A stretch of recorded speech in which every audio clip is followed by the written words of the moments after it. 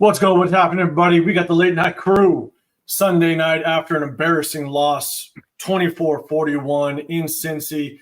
One of the things is going into this, my first thought was, are we going to, like in true Raider fashion, we're going to make this happen? Cincy goes in, they're 0-4 in their own house all season long, and all of a sudden, what do? We give them their first win, their home win in Cincy. In true Raider fashion. We did to Andy Dalton, made Andy Dalton look like an all-pro. We made Bo Nix, a rookie, look like a stud quarterback. It's just what we do as Raider Nation, and it's embarrassing. So embarrassing loss, 24-41. We're now 2-7, I believe. But at the end of the day, one of the biggest topics is going to be, are we now fighting? Are we now playing for a draft pick? And we'll definitely go over it. We're going to break down the box score. We're going to talk about coaching changes. Will we see some going in the bye week? We're going to talk about any potential trades that we see going up to the trade deadline, because I believe that's on Tuesday. And at the end of the day, we're going to talk about, is AP the guy? Is AP the guy? What do we want to see moving forward? And what we want to see at the quarterback position? So I appreciate everybody pulling up, but we do got the late night Sunday crew, man. All my guys, I appreciate you guys pulling up. We got on the far left, we got Turf. Make sure you guys go check him out. Got Turf, got Rundown, and I got my guy Severe Raider. You guys always see him Sunday night. I appreciate you guys pulling up. Turf, man, how you feeling? I'm doing great, man. Thank you for the invite. I appreciate coming up here and chopping it up with you guys. I've been excited to do this tonight, even though it's a losing cause. We still got a lot to talk about, so appreciate it. To talk about. 100%. And guys, wherever you guys are at, make sure you hit that like button, subscribe, wherever you're at. Make sure you guys show that support. Billy Davis, what's going on, man? Rundown, how you feeling, brother? Man, bro, I'm feeling good. Always a good time talking to the brothers, man, about this Raider content, about this Raider football. Like Turf said, bro, it's a bad loss, but there's still some things we got to talk about within the nation, man. Still got to, clear some things up. There's still a lot of discourse. So always happy to get into it, man. Yeah, man, I feel you, man. Severe, what's going on, man? How you doing, man? You took the kids to a movie, and we just talked about it. I'm like, man, maybe you should have took them before the game, because shit, man, it was a tough one to watch, man. Yeah. But how you doing, man? Oh, man, hashtag SS, hashtag unbothered. Man, hashtag it is what it is. It is what it is. I can't get mad no more, man. I just be watching it. I just watch it just to talk to you guys about it. I don't even watch the game. This is what I look forward to on a Sunday. It's no more we're looking forward to a game. It's just looking forward to chopping it up with the boys. Bro, I'm gonna be real. I'm watching the game with my pops. They start to give us that hope a little bit, and he like, man, we could do it. I'm like, dog, so sad. I'm like, it's so sad seeing it in real time, bro. You know what I mean? They be giving my man hopes up, bro. I'm like, it's all right, man. It is tough, man, because that's what the Raiders do, and that's been the MO all season long. Is they come out and they score opening drive, they look pretty good, but then all of a sudden it goes flat. You know what I'm saying? And so that's going to definitely be, maybe that's another topic we'll throw out to start out is obviously there's offensive issues, but are there issues on the defensive side as well? So we'll definitely talk about that. We're going to get the box score first. But salute to everybody in the chat pulling through. Appreciate you guys coming up late night. Billy Davis, I appreciate you pulling up, man. Ray Raider, what's good, man? I appreciate you coming through on this late night. Deuce, what's up? What's going on? Raider Night pulling up. Appreciate you. Let's see. We got Austin Davila coming through. I appreciate you as well. Raiders 7528, you coming through, man. Appreciate you pulling up. Again, everybody, make sure you hit that like button wherever you're sitting at. And make sure you hit that subscribe button to everybody. And so let's do this. Let's get into the box score real quick. Let's just take a look at it. I know, again, not a whole lot exciting to break down, but let's go. Obviously, Raiders lose 24-41. Gardner Minshew got the start. All right, Gardner Minshew got the start. Obviously had a really good opening drive, but then everything kind of just fell apart in true Raider fashion. But, man, let's look at across the way and look at Joe Burrow. Crazy part of what I thought was Joe Burrow's stats kind of in the beginning of the game did not look very good. I mean, at one point, I think they're already up 3 touchdowns, and he only threw for like 120, 130 yards, right? Yeah. And so he didn't. It wasn't necessarily why Joe Burrow was. He wasn't the reason why they were just taking it to us. But at the end of the day, he was just dinking and dunking. He was taking what we were giving him, and that's all he had to do. Especially when we go and take a look at the run stats. But Turf, man, how you feeling about just the passing game and what'd you see out of it? Obviously, Gardner Minshew got the start, but man, break down the passing game for us, man. How'd you feel about that? You know, I'm going to be honest because I don't think we all have been fair. And again, don't mistake this for me wanting Gardner Minshew or any quarterback, currently on our team. But the offensive line is a major problem. And as long as that's a major problem, it's going to be a major problem for any quarterback we get in here. And I don't think we've had that honest talk with ourselves. I mean, we could have Tom Brady in the flesh as the GOAT and at his breast. And with that offensive line, can he even do anything? So I think we got some questions to answer ourselves before we can even get a quarterback. So that's my thoughts. I agree. I mean, you see Desmond Ridder come in and he basically got tossed around, murdered, so yeah, man. And rundown, man, how you feel about that passing game? I mean, what were your thoughts, especially Ridder coming in? Man, it just didn't feel like he was even going to give a chance just those first couple snaps that he had. But what was your thoughts on that passing game? Well, I mean, keeping it into perspective, before Colton Miller got hurt and before two of our starters actually was hurt, the offensive line wasn't terrible at the beginning of the game. Soon as Colton Miller got hurt, and this is why I keep telling everybody every time you want to talk about trading Colton Miller, Thayer Mumford's not that guy, bro. He's not that guy. Man. Everybody got to stop saying that because it's levels to it, bro. So at the end of the day, stop saying that. We know what time it is now. All right. So soon as Colton got hurt, it was bad. But as far as the passing game, I mean, it was timid a little bit to me. I mean, we tried to go downfield a little bit, but there was no rhythm, no rhyme, no reason again. I mean, you know what I mean? Soon as you get off the opening script, it's every game. Soon as you get off that opening 15 plays, bro, it's a wrap. Like we don't have no, counters to what the defense is going to try to do to us. They're zero. And as far as Joe Burrow, bro, I mean, you can tell when Patrick Graham is not comfortable or he's coaching timid because he's going to play them DBs 15 yards back. Every single game where you like Patrick Graham ain't comfortable, bro, them DBs is 15 yards. And with a quarterback like Joe Burrow, he'll gladly take that 100% all day, every day. He's not Patrick, you know what I mean? Like where he'll make a stupid throw every once in a while. Like he's not going to do that, bro. He's going to take what you give him. I'm telling you, I agree, and so that's kind of the passing game, but severe, man. I'm going to throw it down to you because here we look at the rushing game, right? Once again, we could not get the running game going, and shout out to Deuce Sweet Feet Mumford, man. I'm telling you, maybe he needs to be sitting at that receiver spot, man. I'll tell you right now. Yes. I mean, he lost his calling. You know what I'm saying? He got an opportunity last week and that fell through. But, man, Severe, what's your thoughts on the run game? Obviously, could not get it going. Alexander Mattson, 36 yards, a long of 9. Amir Abdullah didn't really get too many touches. Amir White obviously got the carry on the goal line. But not only do we have issues on our side, look at what Cincy was able to do on the ground. I mean, break down this run game, man, both for us and what we saw – Cincy just kind of take it to our defense. Yeah, man. I like this run game is bad, man. And it stems a lot from the offensive line. I mean, there's not a lot of places for these running backs to go. And, you look at some of these, and everybody wants to point to play calling. Like, I watched the Lions, and their play calling ain't like some extravagant like play calling. Like they're doing something. So it's just they have one of the best offensive lines in the league.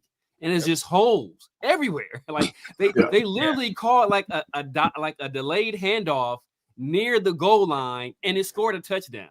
Like if we were to do that, Luke Getsy, first of all, it'd be like a 5-yard loss, and Luke Getsy would be getting crucified. Right? Like it's so like I said before, sometimes it's X's and O's, but a lot of times it's the Jessies and the Joes. And we don't have the horses up front. Like I'm waiting for my invite to Thayer Mumford, Trey Hendrickson gender reveal because that man got impregnated. He got impregnated. Right. Like he's gonna be walking around. Maybe need to move him back to his natural position, as my guy Deus talked about, at wide receiver because he looked more natural at wide receiver. Feel me? He That did footwork was smooth out there. Boy. at wide receiver. The footwork was good. smooth. At left tackle, it was terrible. And so there's not a lot of lanes for our running backs to go. And I'm just gonna have a new strategy. And I'm gonna start playing this bet, doing these bets, and whatever running back is playing us, I'm taking the over. Absolutely smart. The over because we done made Chase Brown look like a stud, right? All Chase pro. Brown. This dude look like man. All pro. This dude was out there dancing like Chris Brown. Like it was bad. Bro, he has the bad, same damn man. near total of yardage for the season as Alexander Madison, and we know how bad we've been. Now look how much he got today, bro. Man, it was bad, man. So it's like and we all know, like we said in the beginning of the year, right? No matter who was the starter, we did not want this to be a situation where we depended on our quarterback to carry the load offensively. And we just have not been able to generate anything in terms of the run game. This was an improvement over last week. I mean, last week was historically bad. All right, so this is an improvement over that, but still, it's not enough to get it done. And we just keep hitting this wall, man. So something's got to change. We heard AP's post game presser. He said he's going to evaluate everything over the bye week. And when he said everything, he said he means everything. So everything. I don't know if that means coaching changes, if that means scheme changes, or what that means, but something's got to change. Yeah, here's my thing is I am more concerned, to be dead honest with you, and we'll talk about this once we kind of get out of the stats and everything, and I don't want to spend too much time on it because it's just disgusting as much as that score looks. But here's my thing is I'm not so much concerned about our running game as concerned about our run defense. Because look, there's reasons why our running game doesn't work. Our offensive line is just not there, right? You have constant injuries. We had 3 injuries today to Colton Miller, to Andres Pete, to Cody Whitehair, and then you have Dylan Parham that comes in that, in my opinion, I don't think Dylan Parham was meant to play today. I think that they were trying to basically have him ready for an emergency purpose, just in case. I think they want to kind of ride through this game without him getting in the game. And unfortunately, because everybody goes down, he had to be placed in the game. And so we already have so many injuries on the offensive line that I'm not too concerned about the run game, only because we have so many injuries. So it was going to be trash anyways. I got a big concern of our run defense. We got Divine Diablo back. We still have Spillane sitting there, even though Christian Wilkins isn't there. I understand that's a big piece to it, but at the end of the day, there's no way you let Chase Brown go for 120 yards.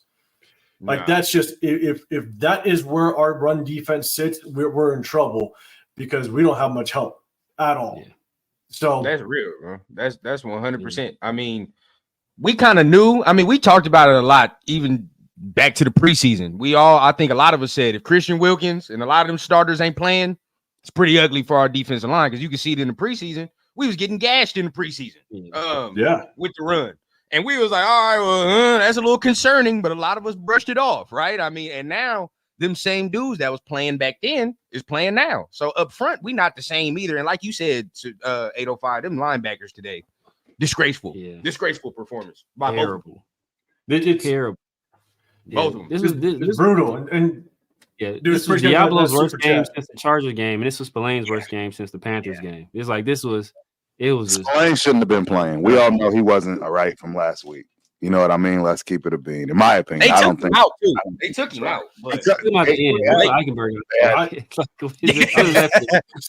Eichenberg, man, I'm telling you, he had to get in there just for severe. But dudes, appreciate the super chat. He's basically saying need stuff runners, stout O-line, then a quarterback. Let's up and go, Raider Nation. 100%. We just talked about it, right? We need run stuffers. 100%. Obviously, Christian Wilkins is a tough loss, but man, the linebackers need to step up. And to your guys' point, I do think Spillane might have been a little under, not 100%, because I think all of us can agree that injury that he had last week, and he actually came back. I think it was nasty looking. I thought he was gone. And so, but yeah, appreciate that super chat coming through. Now, let's do this. Let's go on down to the receiving stats. But before I do, appreciate you, everybody coming through the chat. We got Remix Revenge coming through. James Bay, appreciate you pulling up. Tanner Jack, Raider Clan. Yeah. Joey Boa, appreciate you coming through as well. Tony Peppers coming through.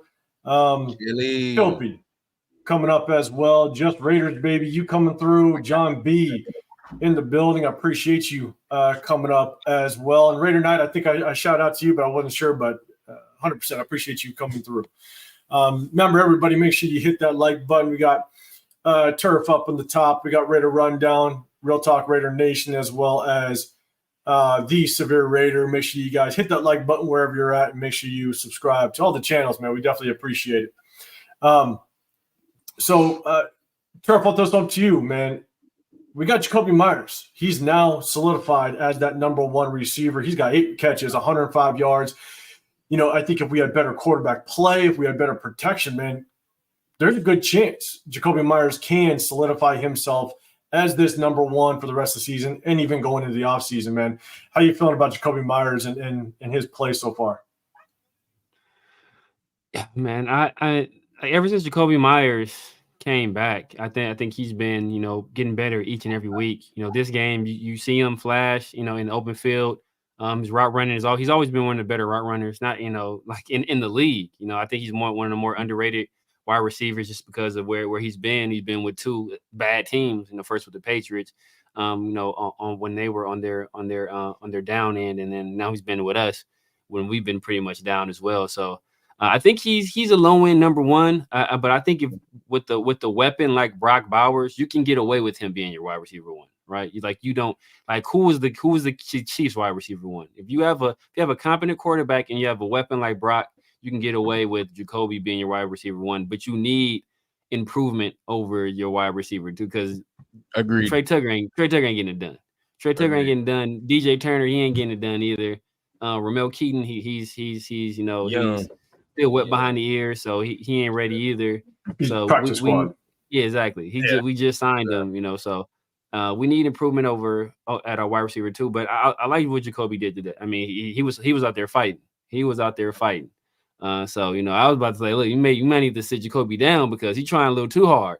Like, brother, we need to preserve this position, right? Preserve this position. Exactly. They're like stupid. Trying to win these dumbass games, bro. You ain't get the damn memo. You ain't get the memo, bro. You ain't get it. Hey, if we need to swap you out for Mumford, let me know. Yeah. I would You're messing it up, bro. You're messing it up. Don't be throwing that out there, Severe. Yeah, Turf, man. Hey, Severe just brought up a name, and man, this is one of the things that I'm really concerned about. To be dead honest with you, is Trey Tucker. Right.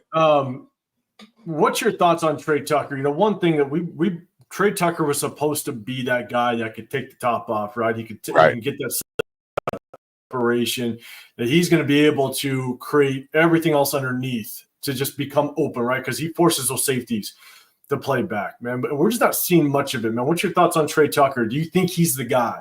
Do you think Trey Tucker is the guy to actually take the top off the defense and be that speedster we need? Yes, but as a slot receiver, he's not a 1 or 2. I'm sorry. I mean, I've always felt that way about him. And to be honest, I think Jacoby is a solid number 2. I don't think he's ever shown numbers of being a number 1. You know, sure, you can say he's shown flashes, but I mean, we just saw a running back nobody knew about rush for 100 and some yards tonight. So, you know, I'm just being more reserved, right? You know, I'm usually way too optimistic. And for some odd reason, and you guys, I know for a fact, Rundown can back me up on this, but I've always been okay with losing Jacoby Myers for an upgrade, right? Because in my eyes, even that number 2, he wasn't the best number 2 in the league. I mean, probably not even close, right? So, you know, don't get me wrong. He's absolutely all we have right now. So there's no question we need him. But to think that he can, you know, be a true Devontae Adams number 1, I just haven't seen it yet. So I'm not going to give it to him. But, you know, it's possible. It's very possible. Agreed.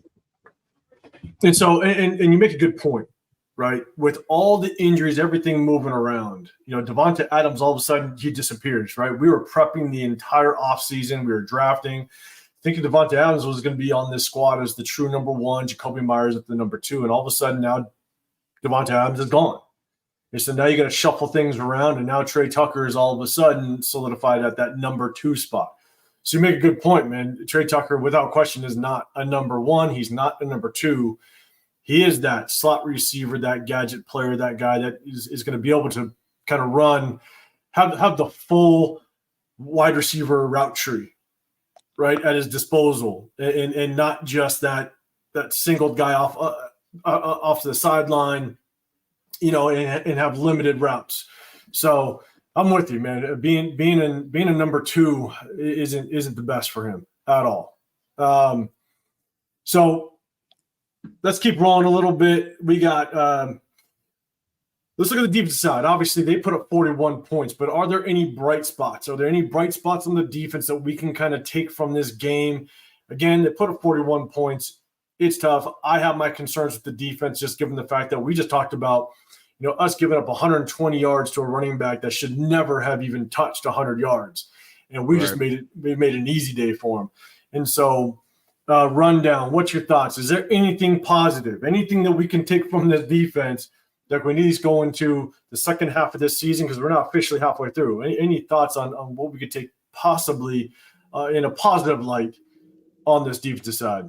Yeah, I mean, and Turf probably he backed me up on this as well. Palomal. To me, bro, I think we done found another starting center, in my opinion. Ever since Palomal has came in, I think he's been a very sure tackler, in my opinion. He's been one of the sure tacklers that we've had since he's came in. He's played real solid. So I think bright spot, if you want to look at him, I like him. Trayvon Merritt's played better, and I've been real critical of Trayvon Merritt, but he's been playing way better. His physicality is way better than it's been. So I give him that. He still got a little trouble here and there, but he's still playing better. And once again, bro, we got to talk about it again. Ja'Cory Bennett, right? Yes. When I looked at Jamar Chase's stat line, all right, and I saw Ja'Cory Bennett on Jamar Chase quite a bit today, and I didn't see him get killed. I've seen Jamar Chase do a lot of DBs filthy. I've seen him do a lot of DBs filthy. He ain't really get off on Ja'Cory in the day like that. So I was real impressed, bro. Last but not least, hey, I saw something for DeCamerion Richardson. Finally, a sighting. You feel what I'm saying? He came in. He didn't do too bad today. I wasn't too mad at what I saw from Richardson, considering, all the things that were around him, the hamstring injury, him barely getting in, getting some reps, him coming in looking the way he did. Not too mad at that. I told my pops this, though. Yeah. Hey, who's our DB coach? Give him a raise. That DB coach is working, dog. That's him Ricky Manning Jr., I think, right? It's Ricky Manning Jr. Yeah, bro. He the best right now. He getting his position group to work. I'll tell you that right now, bro. So that real quick, I just gotta say this one real quick. It's the defensive line. This is gonna sound wild, right? Oxymoron. I think the defensive line is a bright spot because guess what, ladies and gentlemen? We didn't even start the season with our full defensive line. Think about that. Kuntz was out, right? And now we got basically the centerpiece of the defensive line with Wilkins out. I mean, we got injuries left and right. These guys are still battling. So in my honest opinion, I mean, that defensive line is just as atrocious as the offensive line with all the injuries and the fact that we're so depleted. So in my eyes, that is a bright spot. These dudes are still out there fighting, getting their behinds whooped, but yet still scratching, clawing. And, just imagine when we get back full strength. So, I mean, we got a lot to think about, guys. It's not, there's a lot of people that's out right now. So, in Turf, I agree with you. I think there's bright spots like Caleb Von Chasen. Mm-hmm. I think he actually had a pretty good game. He had a great game as well. That's a great acquisition. Great acquisition from Tom Telesco, right? You get him off of a free agency. He was available, just cut by, what was it, Jacksonville, I believe. And so, or the Panthers. I forget which one. But it just a good acquisition by Tom Telesco. And now he comes in and he's starting over what's his name? Robinson. Wilson. Janarius Robinson. Yeah, Janarius Robinson. Thank you. Get him out of here, bro. Snowden. So here's my thing, though. Is there He'll have definitely bright engineers spots? around. Yeah. You know what happened. We all He's know on- what happened. He's on the. I haven't heard that name. It's just been this year. He's on Yeah. a milk carton somewhere. Right? Yeah, he's somewhere. He put out an APB for this motherfucker because I have not heard. Remember, he Zero jumped sided. off sides. I think he jumped off sides in one of them games, and we ain't seen him since. When he Ever jumped off sides, since that punt. Remember Yep. when on the field goal, Oh, he yeah. tried to jump over the Yes, center? that's what it was. we ain't seen him Then- since. Yeah. He had the leverage penalty where they missed the field goal too, right? Yes. Exactly. Exactly. His luck is terrible, He's seen this motherfucker since. his luck is terrible, bro. You can't. Yeah. Oh, bro. Just done for. And so here's the thing, right? Bright spots on the defensive line, but at the end of the day, I mean, we just cannot give up the type of rushing yards that we did today. And so there's definitely fixes that we need, but there are some bright spots. James Bay, you're saying, is it me or does number 7 get more tackles for losses than our linebackers? You ain't lying. You ain't He lying. did. Today he did. Yeah, You know, and More play today. look, you look at all the top tacklers, right? There's one linebacker in there. That And shit even is out of, terrible. and that one linebacker, he only has one solo tackle. So that means he was rallying to tackle somebody that's already getting tackled. That shit terrible. Correct. He has one solo Correct. tackle. So if you look at our guys with the most solo tackles, they're all DBs. And Right. that is bad. It's a That losing is day. very bad. That's a I losing saw day. both safeties coming up making more tackles than the linebackers Oh at my points, bro. Like the linebackers getting Yep. washed out, and it's up to both safeties to come up and field, bro. I'm like, bro, what's going on here? It don't make no sense. Yeah. Trayvon Merrick, he's fighting for that extension. Yes, I think he was the one that got beaten that last touchdown, Yep. in the back of the end zone. So it's tough, but at the same time, he's coming up and he's fighting for that extension to be basically one of those box safeties that comes up. y'all and helps bring him with a lot back? of support. Depending what the price tag is. Yeah. Yeah, Right. so I'd be depending on the price tag. It's got to but I be a would take friendly him deal. probably I agree. before Marcus Epps at this point. Oh, yeah. Oh, Palomalu's a problem for Epps. He's a problem for Oh, Epps. yeah. No, Because I could justifiably say I could Yeah, not Epps is re-sign Palomalu. Epps and keep Palomalu, in my opinion. Right. Yeah.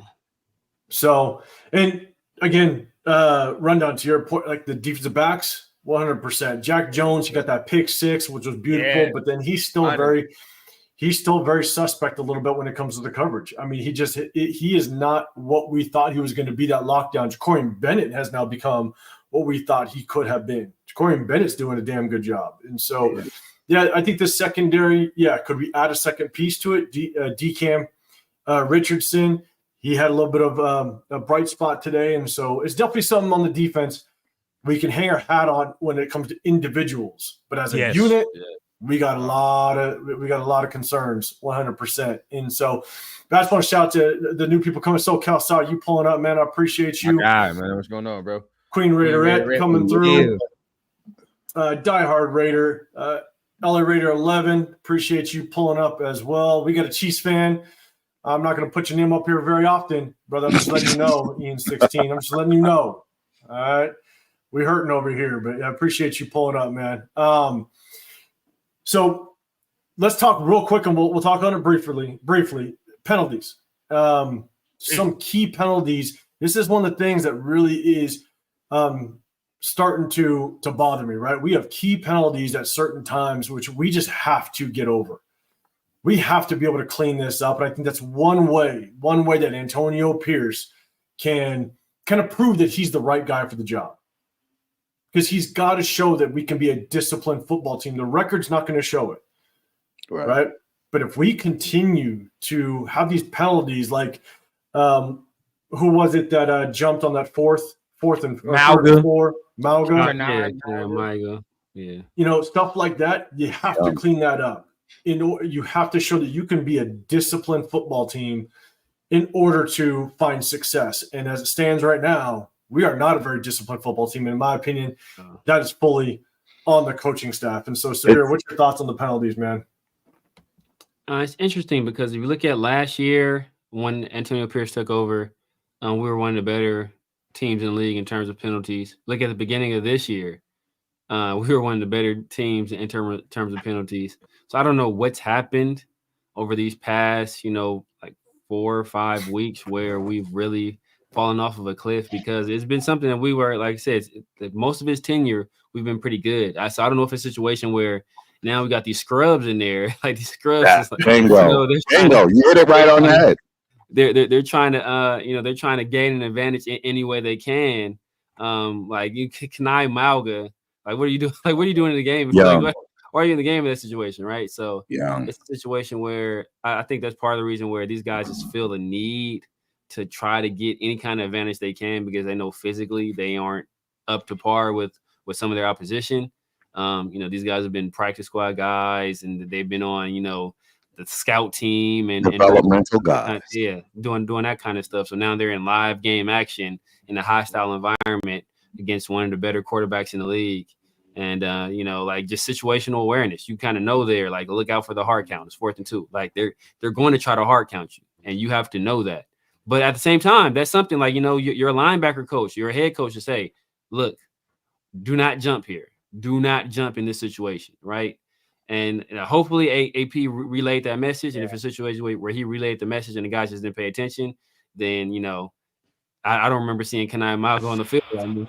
So maybe that could be a reason. The same thing with Janarius Robinson. So it's only so much you can do, right? Like it's only so much you can do to discipline a guy. You take away their play. Like one of the main things is you take away their playing time. But it's growing pains. But damn, look, you ain't got nobody else to fucking play. So it's like who gonna be playing? Like this is exactly why coaches don't like to play young guys. See, this is the stuff that we're not paying attention to. Y'all said it already. Last year when he took over, we had the least amount of penalties. Well, there were a lot of veterans out there playing. Even when we started, we had way more veterans and people 2, 3 year, 4 or 5 year players out there playing. But now everybody's injured. You got a whole bunch of young guys out there playing, and that's just going to cause mistakes, period. It doesn't matter what team you're on. That's the stuff you have to deal with. And look, let's keep it all the way funky, bro. We all be around football at this point. Yes, like Severe said, a coach can tell you, hey, bro, don't jump off sides here. It's 4th and 2. I can talk to you till I'm blue in the face. Don't jump off here. And your dumb ass still jumps off side. Now all 10 of us is looking like, bro, what are you doing? Like you see how everybody looked at him? He nobody even, hey, you're good, bro. Nobody said that to Malcolm when he walked off. Everybody looked at him like, you dumbass. Like what's wrong with you, bro? And sometimes it's like, yes, we can be mad. And sometimes we can be mad at the coaching staff for certain things they do, bro. But like y'all are saying, we don't have the guys, bro. We just don't have the guys. I mean, either they're too young, they're not talented enough, or whatever the case, bro. Like still, you know what I mean? It's like we're seeing a whole bunch of scrubs in certain positions where it's like, would you usually trust this dude in this situation if we weren't as injured as we were? I don't think so. No. And so here's the thing is for everybody that agrees that our defense, we're injured, right? There's so many rotating pieces going in, and it's tough. It's really tough to be able to have that consistency, that chemistry within one another, especially on the defensive side, right? The defensive side, it's all about trusting the man next to you, making sure that you trust that he's going to do his job so that you can do yours, right? You got to work as a unit, 100%. If you believe that to be true, then I better see that same energy on the offense, because you want to talk about how banged up our offense is. Our offense is probably 2 to 3 times worse than our defense. It's so much harder for an offense to find chemistry than a defense, right? You got guys like Max Crosby. There's not a whole lot that he needs help in order to find success, right? He comes off that edge. Yeah, sometimes it's good to have some pressure from the other side to kind of help keep the quarterback in the pocket. You saw that one play that Max Crosby made on the runner in the game where he shot down inside the gap, came down the line of scrimmage, tackle for loss. That's all Max Crosby. Tight end had no chance. That tight end had no chance. That's all him bypassing his blocker, getting down the line of scrimmage, and he just had the will and the want to go get that running back. And so there's a lot of individual play, right? We see it with Trayvon Merrick, where he can come up and fit in the hole and make a tackle for a loss. That's him doing his job. But when it comes to the offense, it is so hard for an entire offense to click when you have practice squad tight ends, Justin Shorter being elevated. You have practice squad receivers out of Ramel Keaton, Trey Tucker playing at the number 2. Then you have Jacoby Myers, which he was slotted as the number 1 when Devontae Adams was shipped off. Now, guess what? Jacoby Myers, you're the number 1. But then all of a sudden you missed the next 2 games. Yep. Right? Harrison Bryant, halfway through last week, he gets hurt, right? And then he got hurt today a little bit. And then you got all these missing parts on the offensive line. Good luck. Good luck finding any success in the offense when you literally have so many missing parts that you didn't plan for. Again, Devontae Adams shipped off. Michael Mayer, some mental health issues. Now he's gone, right? These are just missing parts that you just didn't expect and couldn't plan for. And all of a sudden, now you think we should be putting up 30 points a game. It just ain't going to happen. Again, and I'll say that this is kind of my last piece on this is look at prior to playing us, look at Patrick Mahomes' stats when he lost Isaiah Pacheco, when he lost Rashid Rice, when he lost no, he looks like a bottom tier quarterback with his stats. The defense is helping him. Look at Matthew Stafford. Matthew Stafford when he lost Cooper Kupp, when he lost Puka Nacua. Yep. All of a sudden, Matthew Stafford, they scored 2 first-half touchdowns in the first 6-7 games. Yeah. They just couldn't score. They couldn't move the ball. And not only are they veteran quarterbacks, but they got some of the best play callers between Andy Reid and Sean McVay. You got some of the best play callers on that sideline, and their offense is still trash. So how do you expect a Luke Getsy and a Gardner Minshew? Now, Gardner Minshew is making his own mistakes that I think are self-inflicting wounds, but how do you expect an offense to even perform with all the missing pieces, with all the players that are now being shipped off, and now Michael Mayer just kind of MIA? How do we expect this offense to even produce? It's just not going to happen. And so that's why it's really hard. We can point and blame, but as a majority of a Raider fan base, I think we all just want to see points put up on the board, but we don't understand fully what it takes to actually put points up on the board. And you just look at those examples of the Chiefs, you look at the examples of the Rams, their offenses are horrible when their pieces are missing, and they got some of the best play callers on that sideline. So it ain't easy. It's not easy. So you spitting 805. There was people talking about before this game, we need to go score for score with the Bengals in order for AP to keep his job and all that. I'm like, bro, you setting yourself for failure already, brother. We're not gonna do that at all. I don't know what you thought, bro. I don't know what you've been watching.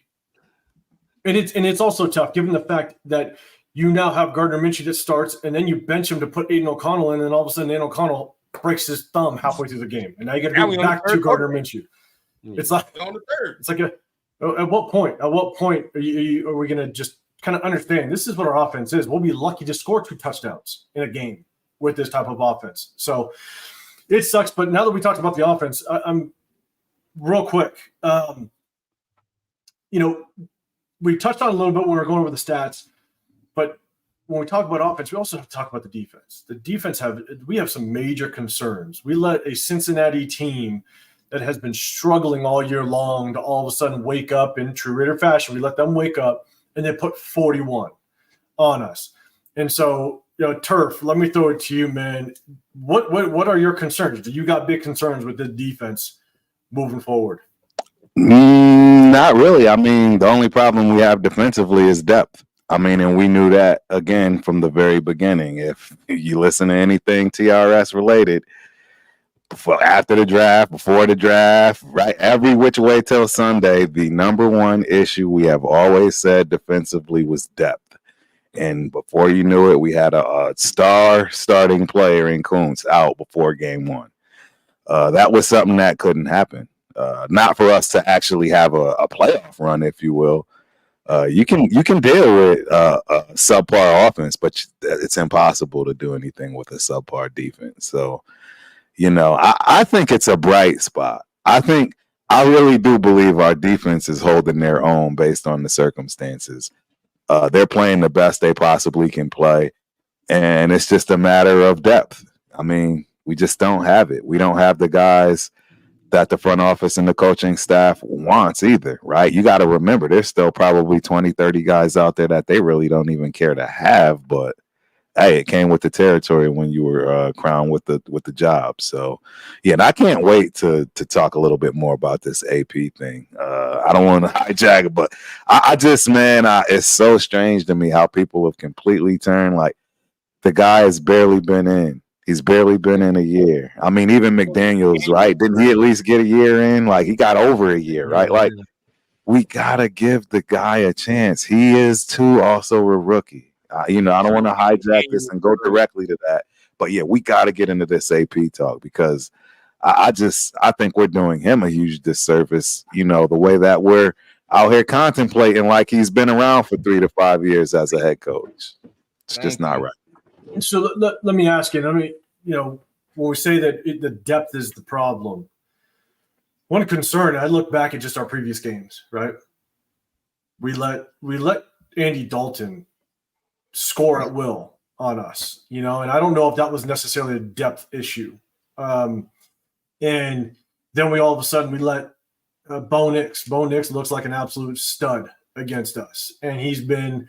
I think the only other team that allowed him to look like a stud, I think possibly was the Saints defense. But outside of that, a lot of teams have just been able to corral him, and we were supposed to rely on the back of this defense. The defense was supposed to be the heartbeat of this team because that's how we set it up. And we saw it in preseason. We thought it was just kind of a fluke. Maybe they're trying some things, but all of a sudden in preseason, they were just running the ball all over us. We couldn't stop the run in preseason.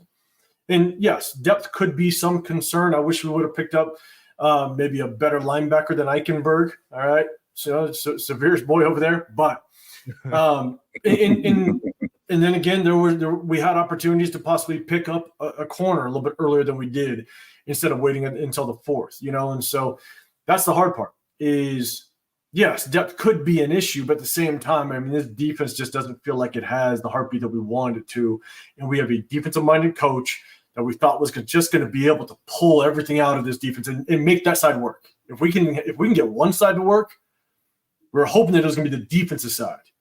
And unfortunately, it feels like we are just a mess on both sides as it stands right now.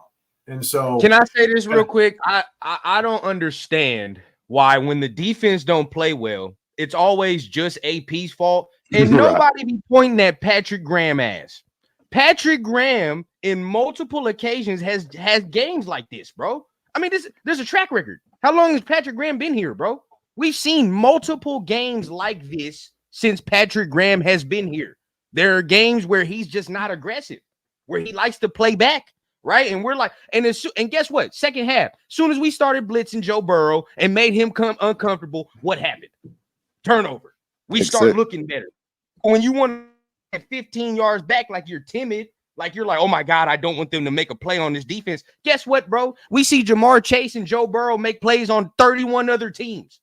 They make plays on 31 other teams, bro. You're not going to be the one team where you don't get that play made. You get what I'm saying? Like now, you held Jamar Chase to 41 points, but then again, bro, like I said, it doesn't matter if Joe Burrow don't have no T. Higgins or none of that. If you're giving him free releases and you're giving people open lanes and zones, Joe Burrow is going to pick you apart like he did today, bro. He don't care that he has 177 yards, but guess what? He 13 for 16. He going to be 13 for 16. And he's going to continue to pick you apart, bro. So for me, it's just like we got to look at Patrick Graham too, bro, because he don't be scheming it right sometimes, bro. I will say this. I'm with you, Severe. I'm going to throw it to you. I'm just going to make one comment. And the only other concern, and it's just kind of the point of, I don't know if depth is you need depth. I 100% agree. But the amount of times that this defense has allowed offenses to take the opening drive and score touchdowns, that's really concerning.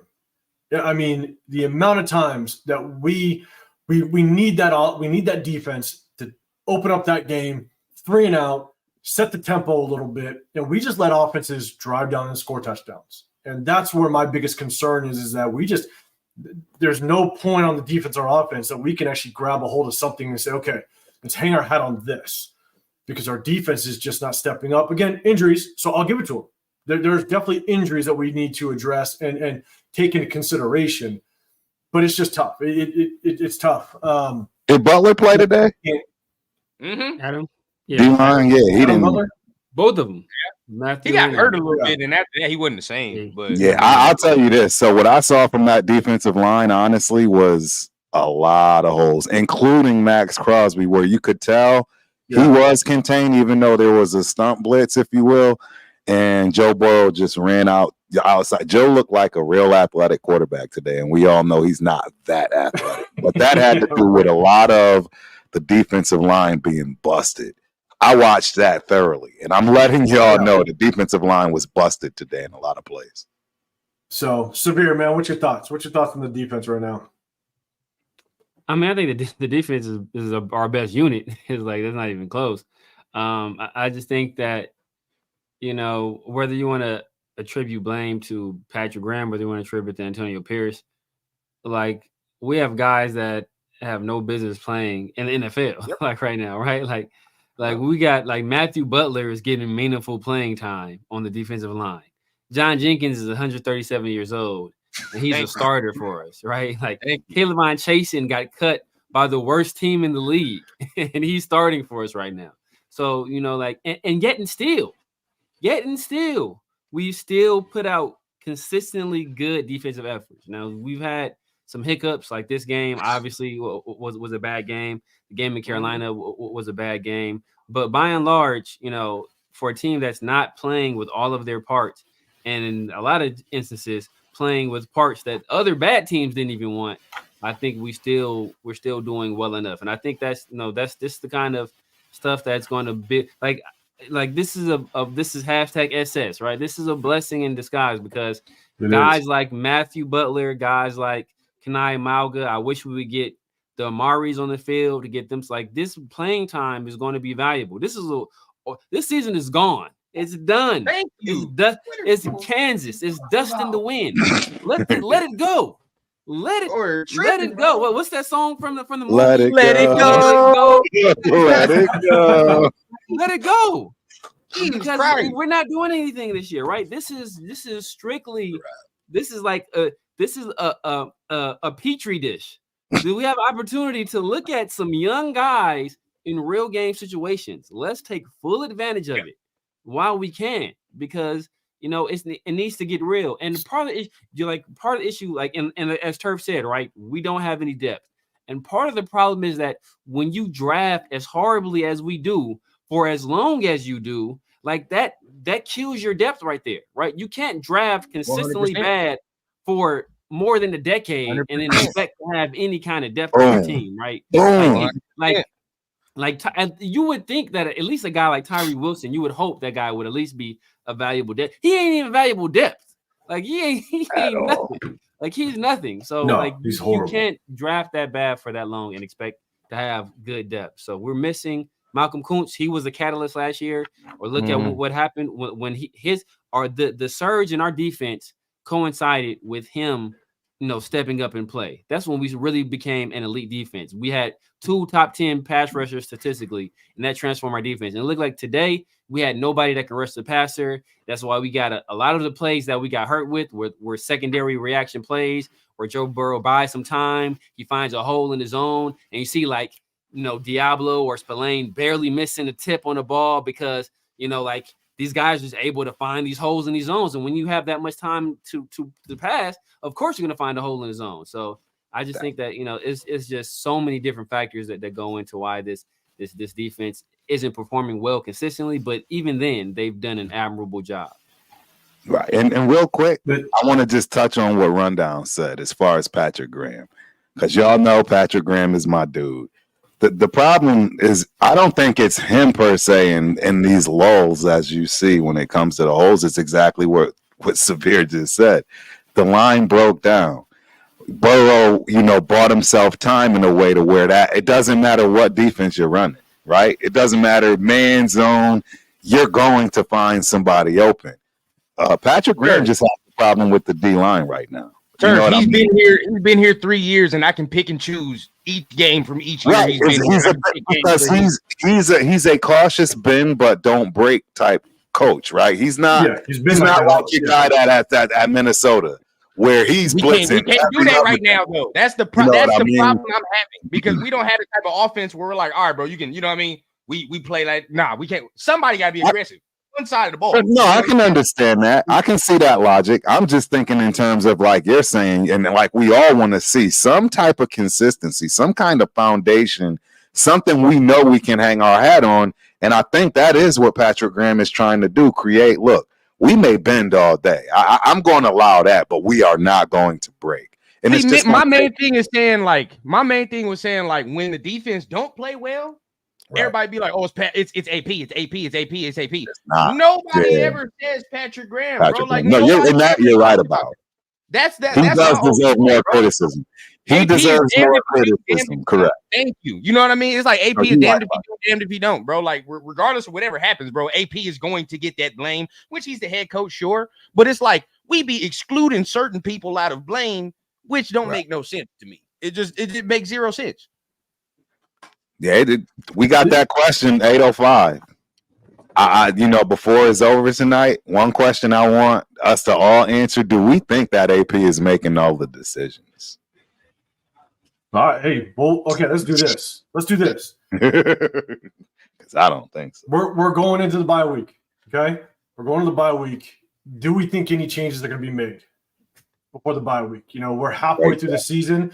We know that if anything major happens, it's going to be leading up into a bye week. It gives you the most amount of time to make that transition, to get the players on board, to kind of change whatever you need to within that locker room. And so, do we think we're going to see any changes going into this bye week? Severe, I'll throw it to you first, man. And chat, let me know. I'm going to try to I guess highlight some of the comments, but let me know. Do you think there's going to be some major changes when it comes to the coaching staff going this bye week? Severe, let me know. What's your thoughts? No, in terms of coaching staff, I don't think so. I think probably maybe a reshuffling of the offensive line. I think that would probably be the main change we see. But other than that, I don't see any major changes happening. Maybe we elect to roll with Desmond Ridder the rest of the year, something like that, to kind of just to see what we have. Even though he wasn't all that impressive when he got in there either. But I don't see any coaches getting fired. I mean, like we review the tape every Tuesday, and we see like there are plays there to be made. There are touchdowns we are leaving on the field. Touchdowns, not like big plays, like guaranteed touchdowns. And so we can't, like, that's not a Luke Getsy thing, right? Like that. And I'm one of the people that always says I'm always big on player execution. All right, like you have to see the play there when it's there, and we haven't consistently done that. Maybe Gardner Minshew need LASIK, right? Like apparently that helped. Maybe Gardner Minshew need LASIK surgery, because like he's not seeing the plays there. So I don't expect any big changes to be made. In terms of coaching staff, I do expect some reshuffling on the offensive line, maybe some other personnel decisions around the edges, but nothing too crazy. All right, and real quick, Deuce, that's going to be our next question. Any free agency moves before the trade deadline? That's going to be our next question. So hang in. We'll get to that one. Rundown. Any major moves when it comes to coaching staff before the bye week? I agree with Severe. I don't see any moves, and I take it, a step further. If Luke Getsy gets fired, it's for the fans' enjoyment, right? It's not for the team, bro. I'm gonna be real with you, because you gotta be real. It's really to appease us, because if he gets fired, guess what? Somebody in the building is gonna get promoted, right? And we all know this, but do y'all really think whoever gets promoted, he about to have a whole new playbook and scheme for the next 7 weeks? No, it's not. It's not happening, bro. Guess what Bo Hardigree did last year? He had some of Josh McDaniel's scheme, took that, right, and then tweaked it a little bit, maybe called it in a different sequence of plays, right? Like, but either way, bro, it's the same scheme. You can't come in mid-season and change that. So even if Scott Turner came in here, even if Joe Philbin, whoever the case, right, came in to replace Luke Getsy, it's not going to be a different. All of a sudden, you getting air raid system and all. No, bro. Like, it's not happening. You know what I mean? So even if Luke Getsy got fired, as for our enjoyment, last question. Y'all want that quarterback, don't you? You might as well keep Luke Getsy in where he's at, bro. Keep him where he is, bro. You don't mess with that. All right. We want that quarterback. Let him rock out. Fire him at the end of the season. You know how it's gonna go. I'm with you, man. Turf, man, what's your thoughts? What's your thoughts, man? I don't think we're going to see any coaching changes at all. And I think that's smart for everybody involved, whether you believe so or not. At some point, we need some consistency. It doesn't matter. Even if it's Luke Getsy, bad, consistent calling, at least we can count on it, hang our hat on it, and play, right? Now we can, again, like Severe said, focus on player execution. Yeah. Who cares that your coordinator sucks? No one cares about that, right? Just play, execute, and we won't have to worry about who's good or bad in these situations and scenarios. So no coaching changes. But I will say this: I believe 100% we found our number one starting center for now and the foreseeable future. And it'd be shocking if James ever touches the ball again outside of practice. I don't want to see him take another snap. I believe that, I know that's not a coach, but I think that is a player position that you will see for the foreseeable future. And I expect that kid to do wonders.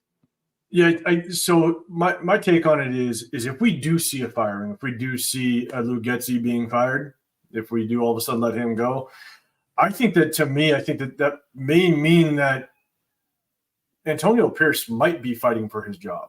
That he's trying to with that, though. make I some do moves. agree with that. If we don't see Lou Getsy fired, I think that then we're going to see Antonio Pierce the rest of this entire season, and maybe even the offseason where that's just my take on it. Whether it's the right move or not, I think that if we see Lou Getsy firing, he's going to need a scapegoat. He's going to need somebody to kind of blame it on, and I just think that there's a good chance that if he is gone, I think AP does think that there's some pressure on him to win quickly.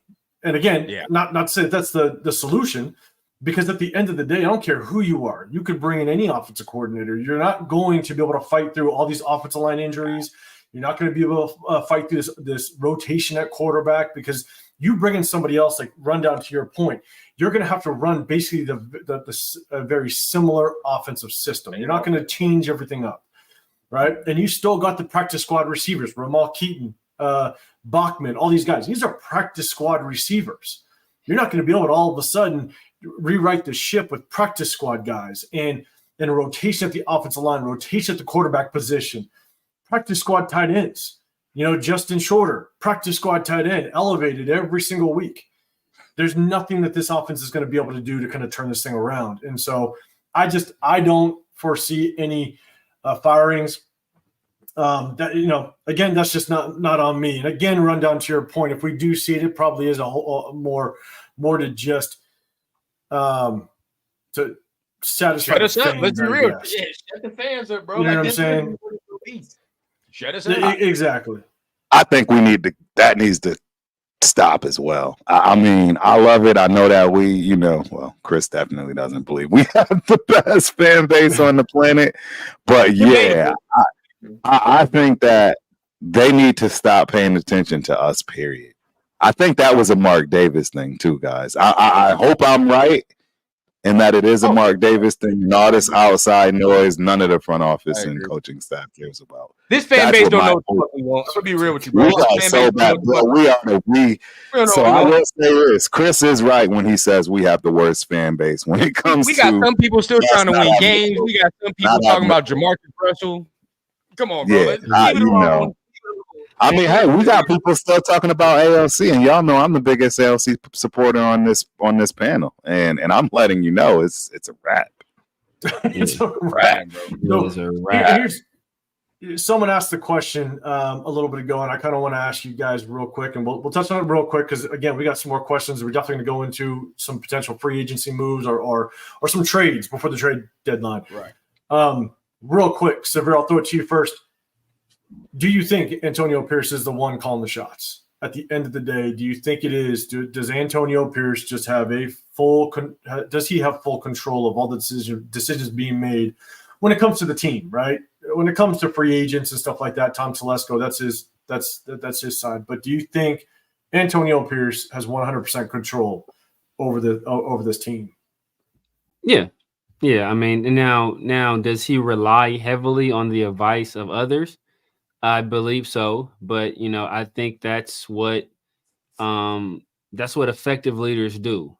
They gather the information, they get all the information they feel they need necessary to make the correct decision, and then they make the decision. I mean, I think that any person that's in charge of any organization, it's always a collaborative effort, right? I think back to a time, I think I want to say it was Henry Ford. I think he was being. I want to say it was like he was being sued or he was in court for some reason, and they were like somebody was grilling him, asking him all these questions.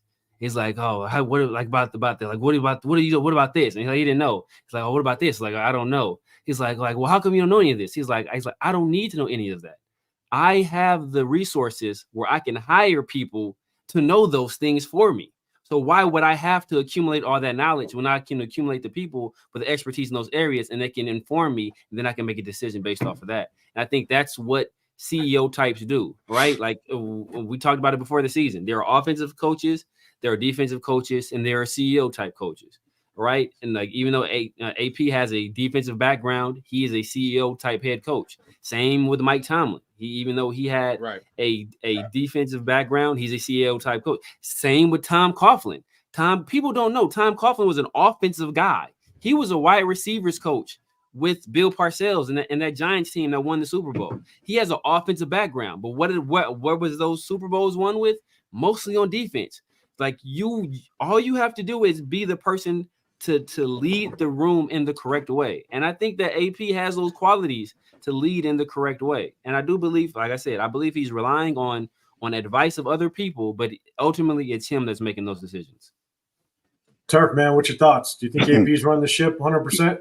Me and Severe couldn't be at farther spectrums. I believe he's absolutely making no calls. I believe everything you're seeing is because AP isn't allowed to make the decisions. I mean, Rundown said it first and foremost. This is the thing that opened my eyes. AP, you could tell that man was gung-ho when he got that job. He was out there running his mouth, saying all these things he wanted to do. We are not going to have a Band-Aid as a quarterback. What do you have? You really think AP made that choice? I've already showed the tape against the Chargers that I'm going to hold on to this till I die. But I saw the man say you can't not go for it. But what did they do? Not go for it. I see everywhere that man's not making decisions because he's not being allowed to. That's what I see. And I think you just see this man have to bite his tongue, and he's realizing and learning, damn, this is what a head coach is like. They all gonna put it on you, but you can't even make these decisions. You have to show that you're collectively making them. But I just don't see it. I think that you look at Dan Campbell and the mistakes he made and the choices you clearly saw him making, and you say that AP is doing that. I don't see it. I don't see it at all. It's not close. Rundown, I'm gonna throw it at you in a second, but do you guys remember? I believe it was the first draft day, right? We picked up Brock Bowers. And there was that weird when Antonio Pierce was in the draft room and Tom Telesco, they kind of crossed each other, but they didn't even acknowledge each other. Nothing. There was nothing between them, and you almost kind of got this feeling that did AP like that pick? Were they not on the same page? I don't know if you guys remember that, but everybody kind of talked about it, and everybody asked Antonio Pierce. They saw that same reaction. They were like, "Wait a second." Were they on the same page? And so I don't know, and then that's hard to your point, right? Did he want Minshew as a quarterback? No, but when it comes to roster moves, it's tough because that's all Tom Telesco for the most part. Yeah, right. So Rundown, what's your thoughts, man? Do you think AP's run the ship 100%? Real quick, bro, it be comments like this right here, like you just had right here that show all that, like we don't have no defensive coordinator. That's all I be talking about. Like, we don't have no defensive coordinator, it's just all AP. But secondly, it's hard. Roster, like you said, bro, I don't think he's making all them decisions like that because I think they're going to default to the veteran presence, which is Tom Telesco has more experience. So they're going to default to that, which you saw, which kind of scares me a little bit going into next offseason, but that it is what it is. It's conversation for another day. But when it comes to the play on the field, though, I think he has more control than that. Now, I do feel like on the offensive side, I feel like he delegates to Luke Getsy too much, in my opinion. I feel like he'll say what he wants to do, but in more times than not, it just feels like he'd be like, Luke, do it. You know what I mean? Like, Luke, call the game. It's your vision. It is what it is. Now, you live and die with that if that's the type of coach you're going to be. Right, because if you have an actual good offensive coordinator, you're gonna let him do that. You're not gonna headbutt into the scheming and what he's got going on. You're gonna let him scheme. But we ain't got that. right? So you trusting this offensive coordinator, it makes you look dumb in the process because he's not all that good right now. Now, yes, the players are bad as well, but he could call a better game. You know what I mean? So it goes hand in hand. So I don't feel like I feel like Mark Davis put the training wheels on this year, in my opinion. I feel like Mark was like, all right, bro, because once again, I'll die on this hill. I don't care what nobody tells me, bro. We don't know this man's contract. We can all speculate and assume as much as we want. We have no idea if Mark Davis came to this man and was like, hey, bro, you got as much time as Josh McDaniels got. I'm going to tell you that right now. You got as much time as Josh. Josh got a year and 8 games. That's what he got. So, bro, we don't know if Mark told him that. If Mark told him that, it's very easy for me to say, like, all right, bro, you got the training wheels on this year. Honestly. Like, and it kind of looks like that sometimes with the way he does stuff. So I will say, I don't think he's making all the decisions. I'll be like that. Now, I will say when it comes to the field, we do got to look at him a little bit more. But off the field, ain't too much he's doing, in my opinion. I'm with you, Nate. Big 183. I appreciate you. This is like your favorite race car driver having a bad engine in a bad crew pit, but it's all his fault. Honestly, if you lay it all out, right, that is the tough part. Exactly, right? Right. You could be the best coach in the world, but man, if you just have all these injuries, these moving parts, these things that happen unexpectedly, then now you got to throw everything around and shift parts all over the place. It's not easy to put together. And it's like the example I just stated. You look at the Chiefs offense and the staff in the Rams offense when they have missing pieces, they just don't look very good. And they got some of the best play callers on that sideline. So It's hard. It's not easy without question.